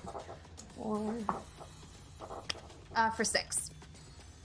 6. You got it. The dice have decided I am no longer worthy of the luck. There we go. That happens. Right. All right. Is that it for you? That is it for me. All right. The water elemental is just gyrating and sloshing all over the place. It kind of rolls over itself around you and partially on top of you. And it is going to try and encompass you all together. I need a DC 15 strength saving throw. Okay.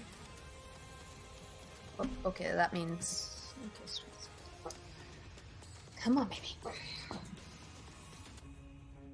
That is a 15. A 15. Okay, so you succeed. All right, so it kind of water falls all over you, and you feel its weight bearing down upon you, and it starts to whirl and wrap all around you. You take all the strength you can to force yourself out of its space. You're going to end up... You're pushed out. You're going to end up over here. And that's all it can do for now. Make sure that I did that right so I don't screw you over, and I did. Okay, so back at the top. He's dead. Satyrs are up. Satyr 2 is going to take a pot shot at Euron with disadvantage because you're within 5 feet. Ugh, and that's going to be a 9. The arrow flies wide. And then Satyr 3 is going to shoot at Ina with disadvantage because Euron's within 5 feet. And that is an 11. So arrows fly off, and then they are going to try and run. You have your reaction back, Euron, so you can take an opportunity attack at one of them if you like. Me? Yep. Yep, and okay. Because you're within 5 feet of both of them. I'm gonna go for number 2 because I still feel bad about number 3. Okay, go for it. That's Aria feeling bad, not Euron. 19? 19 hits. Ooh, oh god. For 12. 12. Alright, so Arrows come out. They're both wide. They both dart, hopping over the log in towards the trees. As the second one darts over the log, you kind of catch it midair with your sword, penetrating just in the spine and the lower back. It crumples on the ground on the other side, falling off the tip of your sword, while satyr number 3 bolts deep into the tree line. You can probably barely see it from where you're at. And Syaanis, you're up. What are you going to do? I'm going to pop out from behind the tree and surprise attack the water elemental. Okay, go for it. Surprise, motherfucker. Give me 1 second. All right, yeah, you would have had advantage on that because you were unseen from being hidden. Austin's face. I got a nat 20. I rolled a 29. Nice. Get him, bitch! All right. Oh, fuck. All right, so let's see. That's 5d6 plus 6. Just for, like, my base damage. Mm-hmm. So... Alright. So 25 base damage.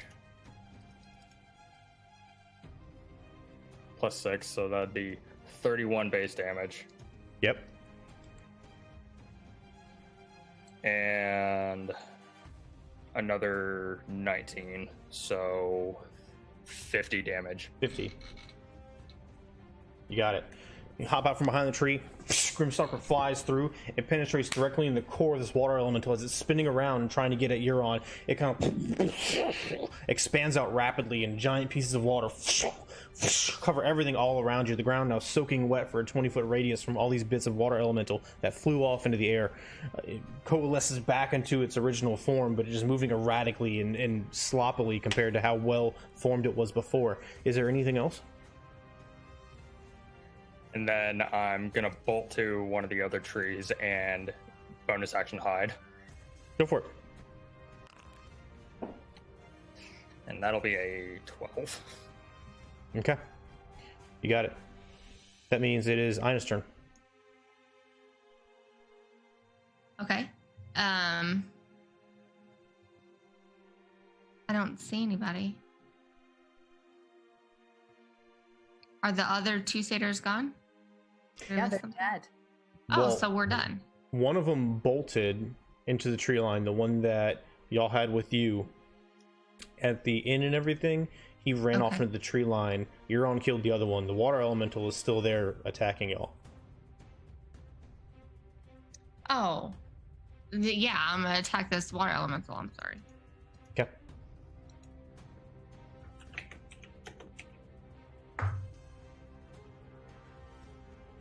$13 plus 6, so 19? It hits.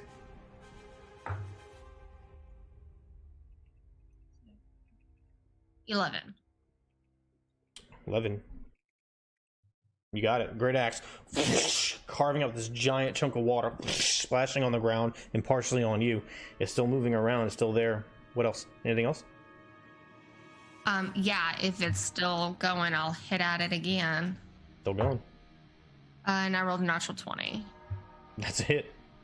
So...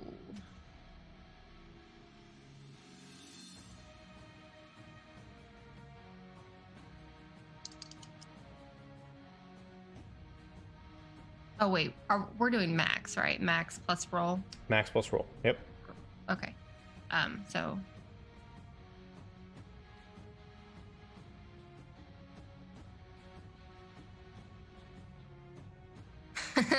Oh, Lord Jesus. Okay. I rolled a 5. So I get a 5 plus 3 plus 2. So that's a 10. Max would be 15. Okay, so 15 10 plus plus 10? 15. Right? Yep. Is that right? Or no, because I can't add my modifier twice, right? You had your modifier once. Okay.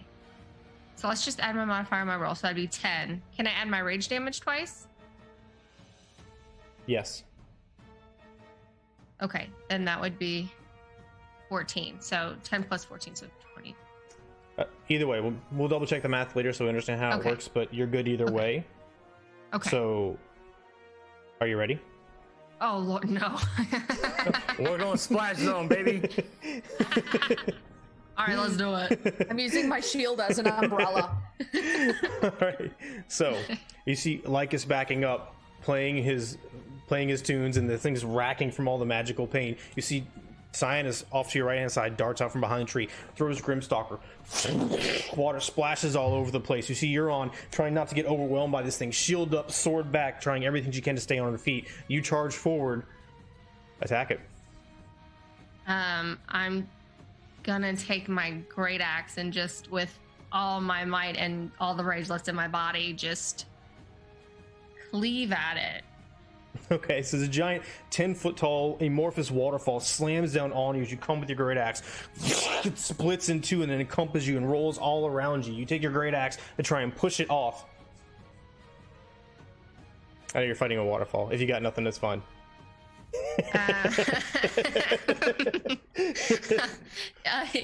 Yeah, I really don't. I think like Ina just doesn't really know very much about water, period. So this is like a very new experience for her. Okay, so she's just kind of like flailing into success on this one. There you go. Slamming around 360, the water kind of overcoming you. Your lungs start to burn as you finally rip out with your great axe. Up once, a giant chunk comes off. It slams to the other side. Another one comes off, and finally, a horizontal slice. The top goes up into the air. The bottom falls around you, and you see your great axe is right over Euron's head with your shield up, peeking over it as the water scatters on the ground all around you, forming these massive puddles before it slowly seeps into the ground, and the fight is over.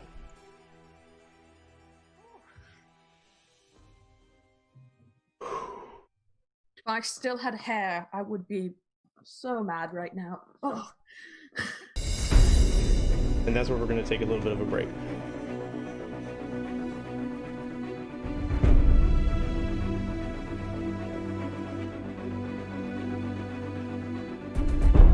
So,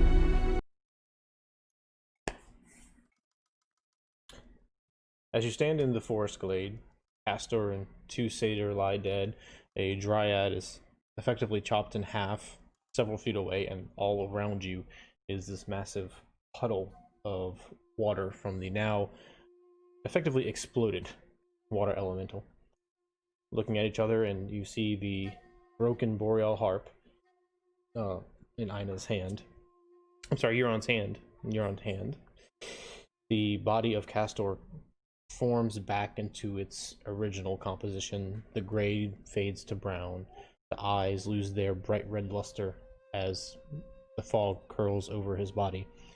And the entire scene goes eerily quiet for a moment before you start to hear little birds chirping off in the distance of the forest. The scene is yours. Well, I guess now that Castor's gone, the birds can sing again.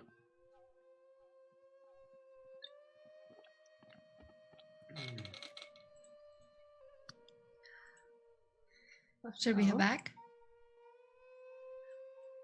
Quick question. Did we hear them like actively say that the harp is strung with nymph hair? Or was that something like you would know by staring at it, or? That would be more metagaming knowledge at this point, I think. Okay. Maybe Lycus would know something about it from his time at the academy and the fact that he's a bard. Yeah, I'd have to investigate it though. No. Did we scour other corpses for anything of use, including his? You're welcome to. Somebody give me an investigation check with advantage. I'm definitely checking him. I rolled a 22. There you go. Okay. You see several regularly common cups and things like that for drinking wine, the short bows, some arrows. There is some coins spread amongst them, totaling 3 gold and 2 silver. Aside from knickknacks, some little instruments and things, nothing valuable or otherwise interesting is found. All right. What the hell was that turning gray and red eyes, and what the hell was that all about? Yeah, I'd like to know He too. He was showing his true colors, obviously. Is that Well- Lutheria shit? There He said he got all his magical power from the harp, but the harp was broke, so I don't know how he pulled this off. and if it Did was I- Lutheria, his eyes would have been like purple, wouldn't it? Wouldn't it? Could It's I all her color. do I any would kind of have shown up history purple. or Arcana to try and figure out kind of what overcame him, or like while we're brainstorming, but like, what the hell was that? You can Because it give me was an just so unusual. You can give me an Arcana check, sure. Yeah, I ain't figured shit out. That was a 3. Are you feeling lucky? I am feeling so lucky. I know you're tired. I figured I might help you out a little bit. All about I know you it. do. I love you. And that's an 18, 20. This particular manifestation is not something that's familiar to you, nothing you've heard or read about. However,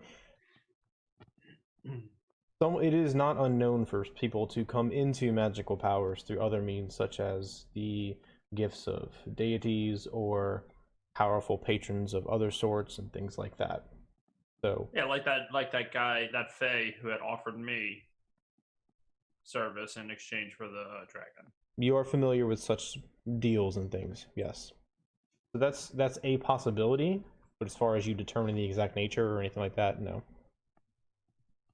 Okay, that's what I was curious. It's just like, what the hell has he gotten himself into? You guys want to try finding that one that ran off? Try getting him to like calm down. I'd love to know where the hell those other instruments are. Let me I see mean, that. yeah, Let me that's see that fine. harp. Let me see that harp. Yeah. I think there's one string hanging on, but that's about it.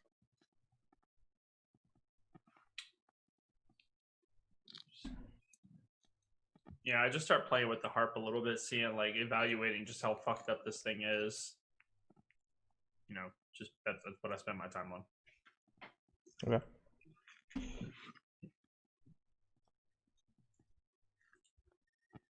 As for the one who ran away, I don't. I'm all for if someone wants to get out of the fight while we're massacring everybody. I don't blame them. Yeah. Also, he said he was really good at hiding. So I don't know that any of us, other than Syaanis, would be able to find him. But if you want to go try, I mean. by all Yeah, means, give go me try. give me a sec, and then I go to like where he was standing before he like ran off, and I'm like, all right, focus. Looking at the ground, and I'm like, all right, he went this way, I think. Okay, so trying to follow tracks and things of that nature, that's a survival check thing, because you're tracking. And I definitely didn't, because I rolled a 5. Well, amidst all the other footprints and blood and things, you can see where he initially took off at, but everything gets really muddled really quick. Mm-hmm. And it seems like there are several trails that have been used to come to and from this area, and you can't really figure out which one to head down. Give me another Arcana check for the harp that you're messing with, Lycus.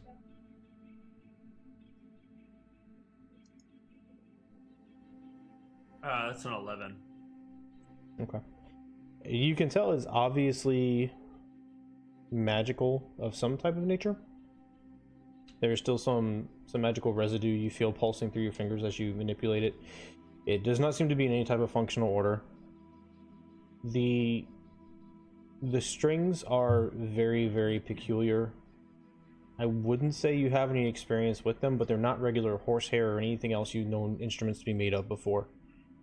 The harp itself seems to be made of a kind of a curved wooden base, but there's a mixture of bronze and mithril inlaid through it and various glyphs and etchings. Quite beautiful, but quite broken. Yeah, no, I'll just start taking note of that and writing some of this stuff down later on. Not right now, we're in the middle of a guild post-war battle, but that's it. I'm just like, yeah, it's broken. We can see if we can maybe repair it, and there's no. I give it back to Ina, but like, just keep it tight. We'll see if we can't get it fixed for you. Okay. Tuck it in my bag. Or, we could bring it back to the church or the Temple of the Five Gods. They might know, if they were the caretakers of this, they may actually know who to send it to for repairs. Because if it's that fragile, I would think that they would know, or this has probably happened before. Or if in doubt, we can always try and ask Kira. Yeah, but she's all the way over there. She's over in Mitros. In Astoria. Or Astoria. Yeah, sorry. She's in Astoria. I mean, I'm not going to bother her. I don't think we need to bother her for that. She's dealing with a lot on her own.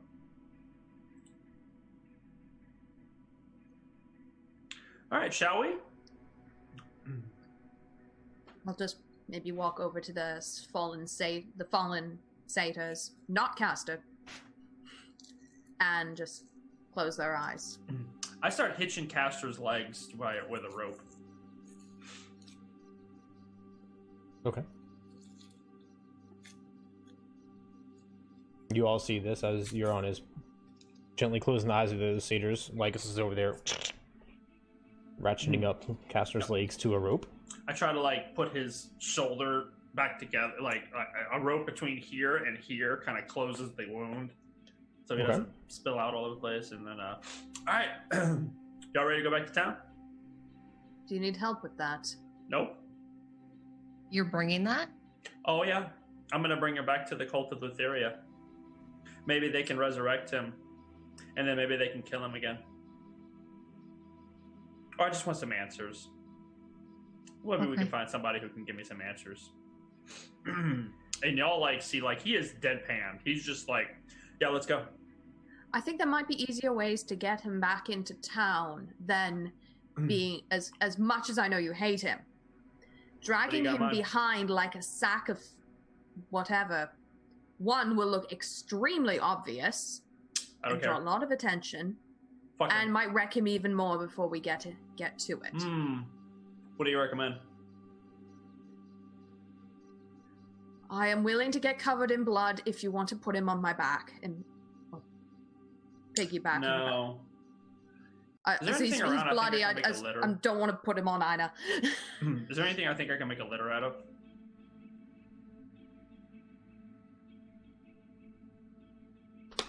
The dryad. I was gonna say you could probably. Y'all are strong and have some sharp weapons. You could probably chop a chunk of that log. Chop a chunk of that log up, or bust up the wine barrels and fashion something together. There you go, the wine barrels. We got 10, 20 minutes, something like that. Yeah, we're gonna make a litter, and we'll drag him on the litter. I'll help him. He'll be contained. I'll help him with that. We'll hitch him to her.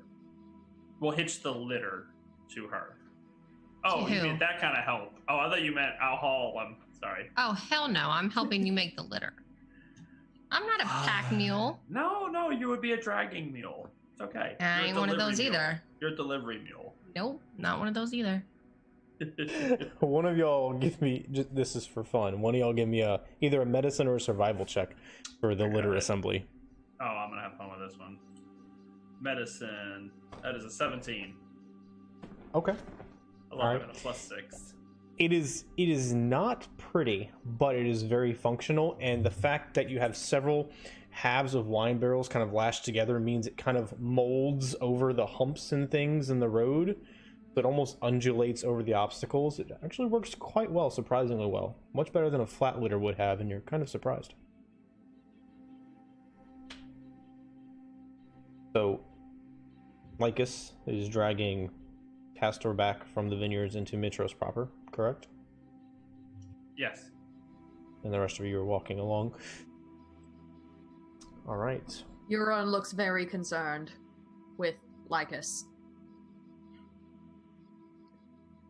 Well, it'll be about 10 to 15 minutes before you get to the Temple of the Five. And then from there, because that's probably one of the first things you would come to. I mean, it would be up on a cliff overhead. So if you wanted to go all the way up to the Temple District for some reason, you'd have to take the path. But that gets you back into kind of the heart of Mitros. And then probably 10 minutes pretty much anywhere else from there to cross over the city, whether it's to the Temple of Lutheria or back to the Noble District or wherever. Just trying to give you guys a sense of time. I'm not exactly sure where you were going. I know I heard Temple of Lutheria, but I didn't know if that was definitely or not.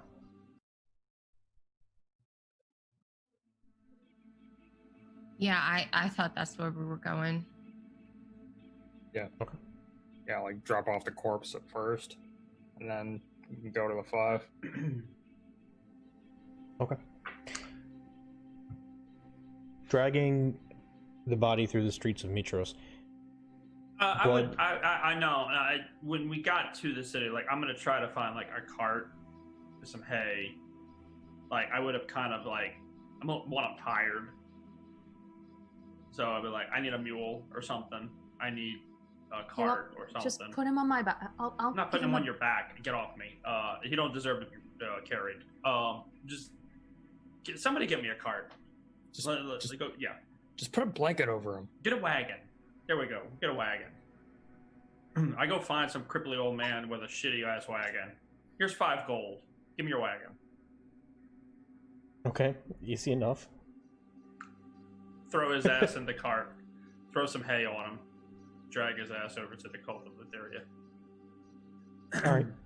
So this Ina rickety... just like walks over to Euron and is like, we all grieve in different ways. I don't think that's grieving. I'm actually humming a nice little song now. Can I just deviate from you guys and go to the temple? Because I think I'm not going to be very convincing. Yeah, we'll meet you up there. Yeah, we'll meet May you I there. take the harp? I know. I'll start asking. Yes, but don't let them have it. I will do my best. Don't let them have it. How about I won't show it to them. I will ask them about it. Okay.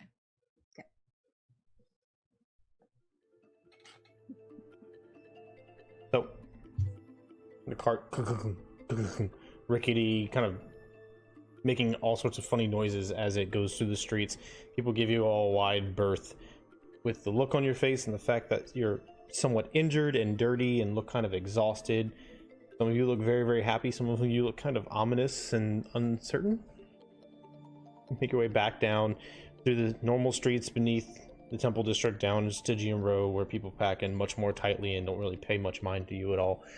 And without much fuss, you make your way towards Temple of Lutheria. This shining beacon of darkness in Stygian Row standing out from all the other ramshackle buildings around it. You come to the doors are closed, which is unusual during the daytime. And nobody seems to be milling about outside on the stairs or anything of the sort. There are people in the area, but not at the temple. Door. Okay, you pull on the door. Seems to be barred or blocked or something. Should we knock?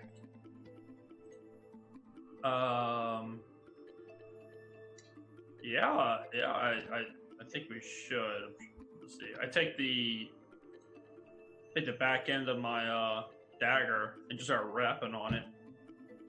Okay. Or unless there's a door knocker. There is a door knocker. I hammer the hell out of that door knocker. Okay. Even with the din of people around you, you hear this hollow metallic dong dong dong dong dong, and you wait for a minute or two, and nobody responds. Hey, where the hell is everybody? Start calling out to the crowd, like people wandering by. Anybody know where the hell they are? Is there something going on? I don't know. Most people are just kind of looking at you and continue walking. Some relatively drunk elf stumbles along the street, comes up next to you. What's going on? You know where they are? Yeah. Who's they? The Cult of Lutheria. Oh. Yeah, this is where they're at. Yeah, they're not here right now. Do you know where they may go? Or may be right now? No, they're always here handing out drinks. I don't know where they are. Or, Yeah, I mean, heard I they got haven't free seen alcohol. I just don't know where they are today. them. Yeah, I came by for my rations in the morning and I had to go buy it somewhere because they never opened. That was really, really a pain in the ass to buy wine. You have any wine? No, but here's a silver. If you see him, come let me know. You can try the back. Sometimes they give her the old wine back there. It doesn't taste too good, but it works. Oh, okay. Yeah, I will. Thank you, buddy. Ah, thank you. Yeah. He stumbles off. Silver. Hey guys, we're gonna go. I'm gonna check the back door. So I haul this ass around to the back door. Start looking around. Look at the windows. Try to find the back door. You see Or service entrance. Yeah, it's a relatively nondescript door. More of a... it's hard to call it a door. It's more of just a flat piece that kind of opens up, and now and then it is closed. It blends in with the wall really well. You don't see or hear anybody or anything else out here. There's a big old refuse pile of pieces of fruit and stuff like that that have been discarded that aren't eaten, and several jugs of nasty wine. But give me a perception check.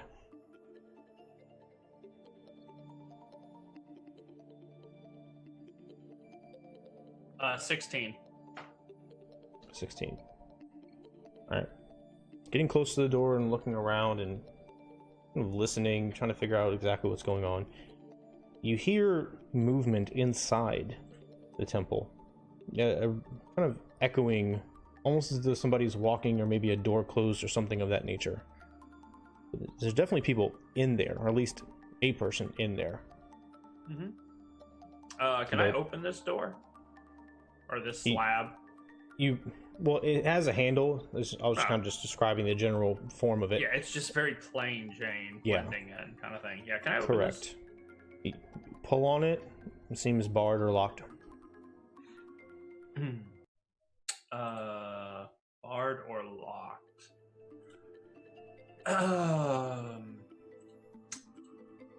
Yeah, let me see here.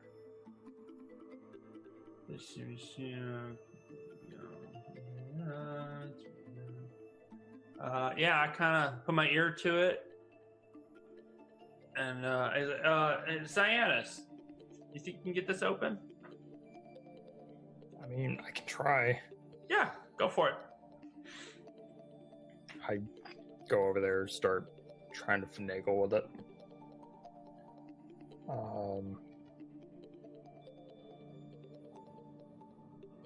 What would this roll be? This would be this would be a check with your thieves tools. So a dexterity check with your proficiency modifier if you're proficient in thieves tools. Okay. Okay.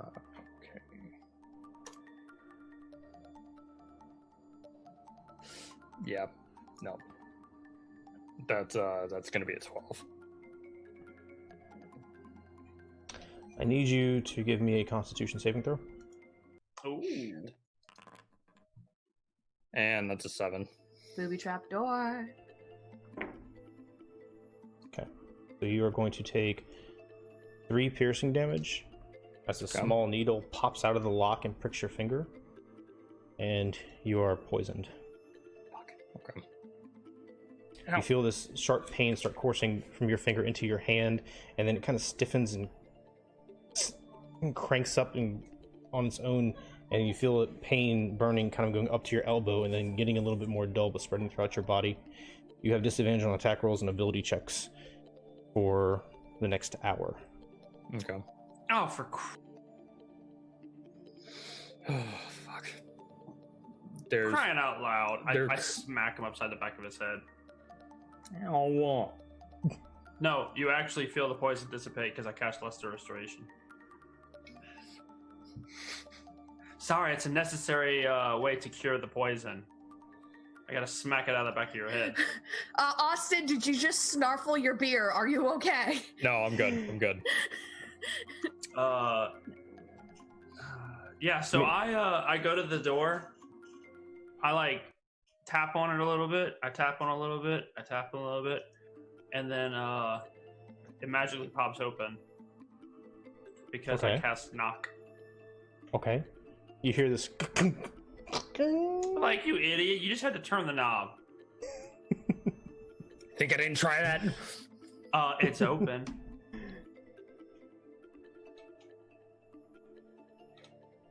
Give me 1 second.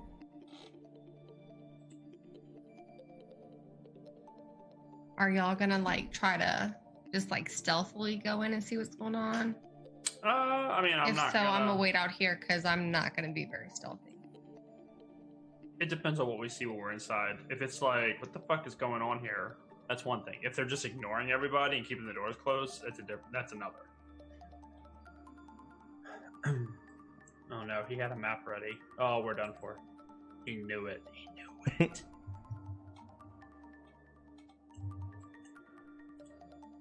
All right. I guess that confirms I did not split off from the party. There we go. Where the hell am I? I mean, you don't have to be there. I just already had your token there. So you find yourself inside. It is mostly dark except for a few torches that are lit, and you realize from your previous excursion in here that you are in of the building.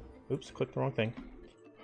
You're in the rear of the building on the passageway at the very far back before it turned left back towards the front of the building. Kind of hard to describe, but you should be able to see it on there. I'm going to put Syaanis in here as well. Can't really see that on this stream at all. I'll try and fix that. So, you look left or you look right. You don't see anyone or anything around you. Where the hell is everybody? I leave the corpse outside. By the way, I'm not going to drag it in here. Yep. Or the litter. They're like, where the hell is everybody's? Syaanis, you go check that way. I'm gonna check just see what the hell's going on here. Yeah, I got you. But but look, yeah. if I say we need to run, we need to get the fuck out. Okay. Yeah, no, I'm good with that. I thought we were here to revive a body. What the fuck are we doing? All right. I'm just gonna walk like a little bit down the hall and kind of like put my ear up against this door here, see if I hear anything. Okay. Same. All right. Perception checks. I would like to move forward slightly as well. but I'll 16. wait. All right. 17. 17. All right. Progressing down the hall, checking these doors, neither of you hear anything from within the rooms you're checking. You said you're going in, you're on? Yeah, I will very begrudgingly just be like, oh god. Oh god. Oh god, Okay. why? You see Syaanis off to your left, and then Lycus a little bit ahead of you on the right-hand side, going down the 2 hallways. Okay. Because I wasn't in here with them before.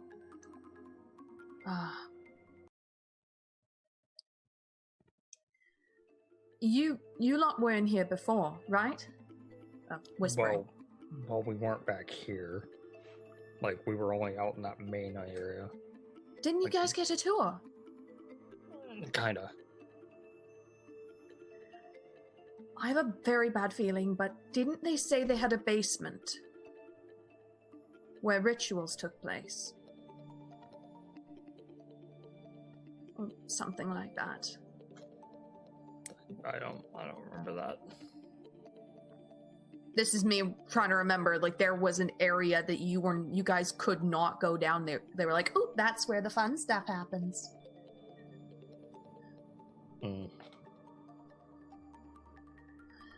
Do we hear anything? Any more sounds? Any more people or anything? Like, it's just Okay. dead quiet. Eerily quiet. Doors open? Or unlocked, excuse me? No doors are open. The one next to you, on the left-hand side of the screen, if you try to push it a little bit, it does give way. Yeah, I'm gonna peek my head in there and be like, hello. Okay. You see there's a low-burning sconce on the table, several books and pieces of parchment on the table itself. On the other side are various little implements and things of an arcane nature that are kind of hard to describe. And there's more books and things. It seems to be a reference area of sort, as Septia had described. This is one of the rooms along this hall where the acolytes come to study and write and things about all things Lutheria, history, values, etc. Yeah, a lot of fictional work is done here. Gotcha. You said it's a sconce, so it's just burning oil? Yeah. Okay. I'm just gonna continue down and check the next one, but I'll let you. Ooh. That door directly to your left is locked. It made a cool sound when I tried to open it. Alright. Let's see, that's 5, 10, 15, 20. That's locked. Oh. Another locked door and then another open door. This And one I got is 5 feet left, so I just walk in. This room is larger than the last. It still seems very much a study reference room, except there is a statue of Lutheria in the center, kind of getting lit up on either side by the two sconces, the flames having this strange torch effect on the statue itself. It looks as though there were people working here, and then they stopped in place and left or disappeared or something of the sort. That's what Lycus is doing. What's everybody else doing during this time? I wasn't hearing anything in that hall, so I started kind of just making my way back. I'll try both doors here. Okay.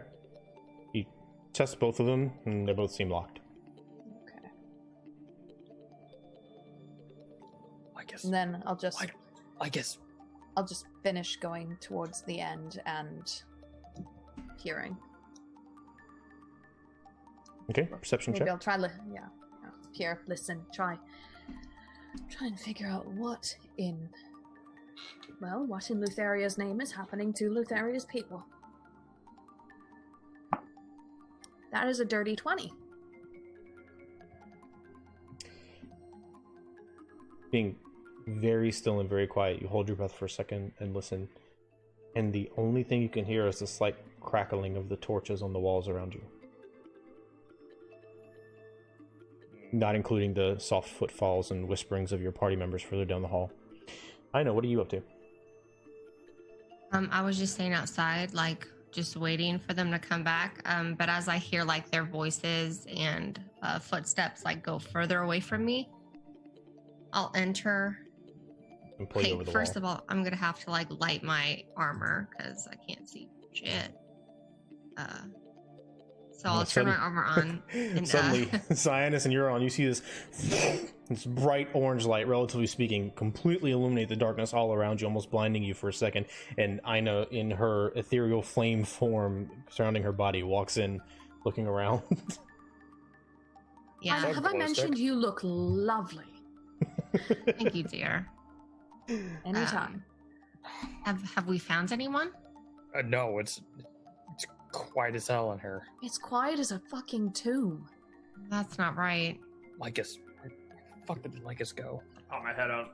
Hello. You see anything? No, and this is sketchy as fuck. I don't like it. I don't also want to be caught trying to break and enter here. I was hoping it might just be something simple, but I don't know. We can always come back.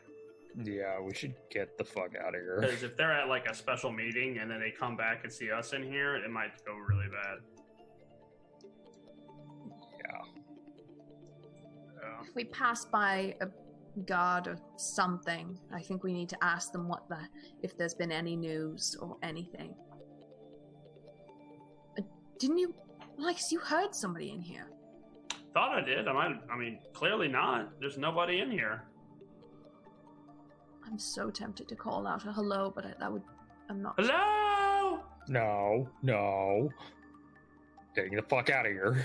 Yeah, that's what I'm saying. We were going to go anyway. You hear the sound reverberate for a second. Yeah. Nothing but comes back. Oh, you know what? They're probably at the fucking... Oh, is the play today? they're I don't think the probably festival's at the. starting yet. No, is it? I don't know. No, not for a couple Let's days. get out of here. I don't know what the hell's going on, but I don't want someone to come back and then I don't have to explain this to them. So Yeah. we'll come back. I don't know. We'll check back later. They've got to come back later. Somebody's got to know where they are. But right now we're breaking and entering into the church, and I don't want to piss off the wrong people. We've already done enough bad shit. This Yeah, I week. know. Yeah. It's weak. I In need the to say last my- 24 hours. I need to say my Hail Kiras. Our mother Okay. who art in Thylea.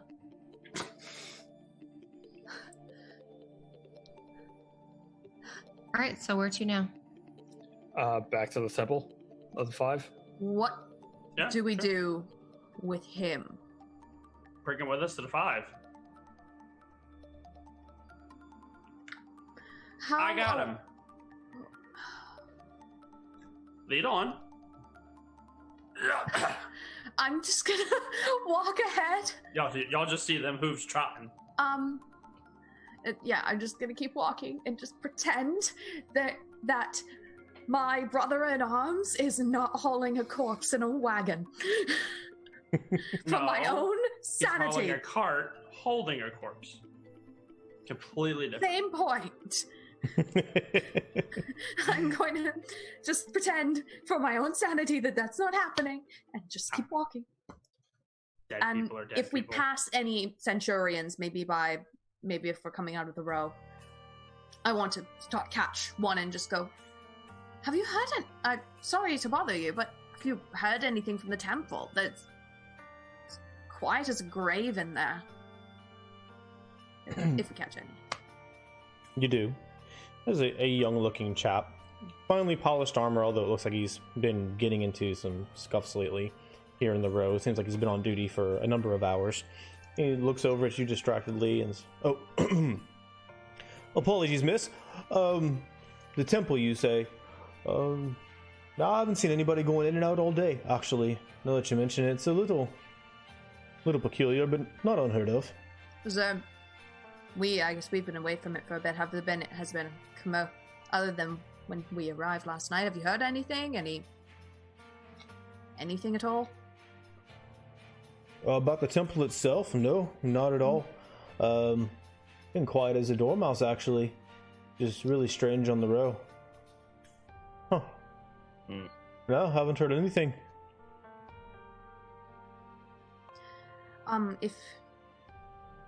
If you hear anything while you're on duty, Mm-hmm. would you mind sending us by to get us? Because we definitely need to speak to them. Anything about the cult, you mean?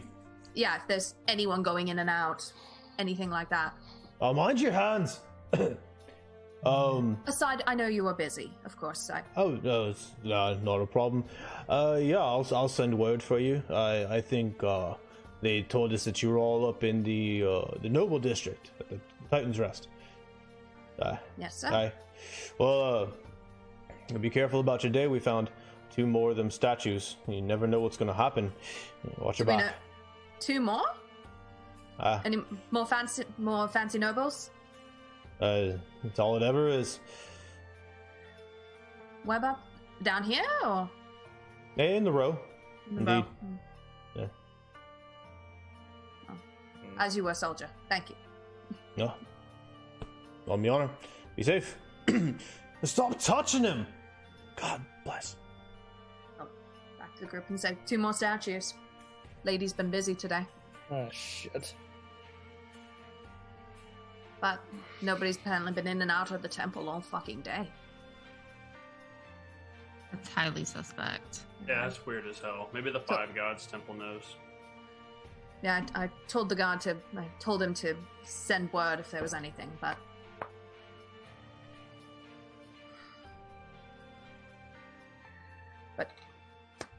temple.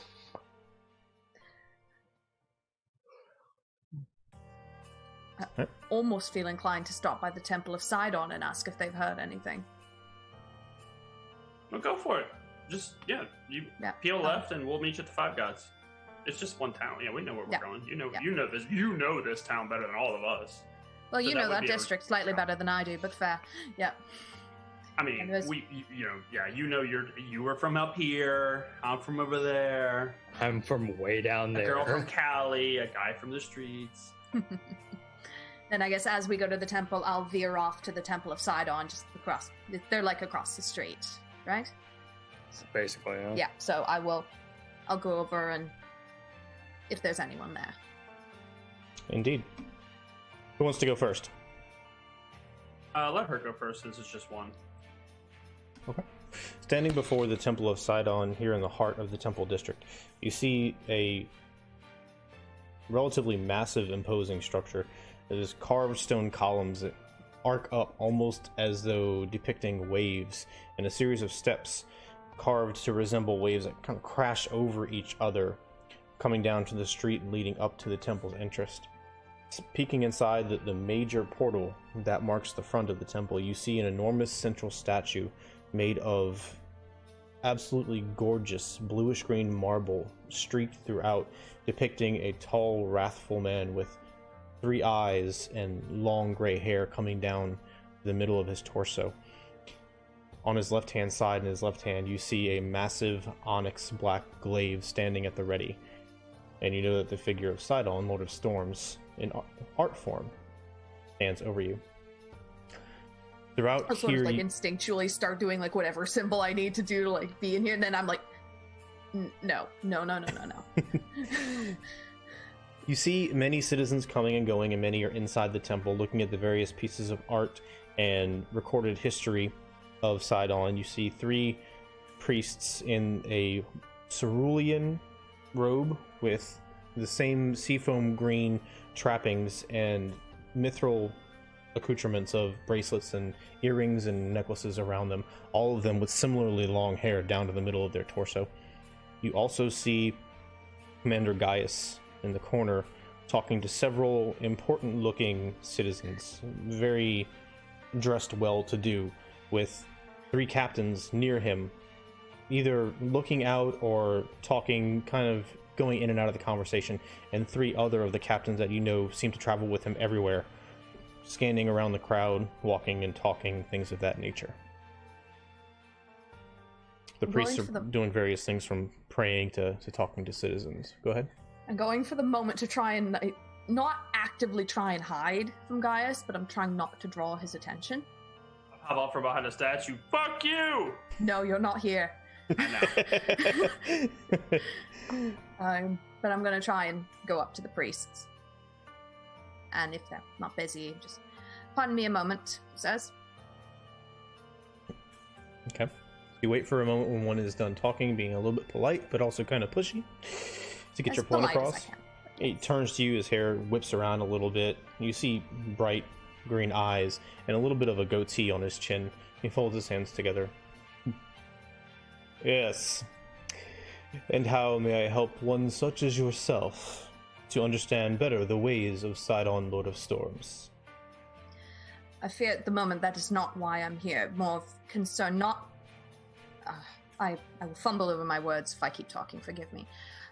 Have you heard anything about the priests, the Temple of Lutheria today?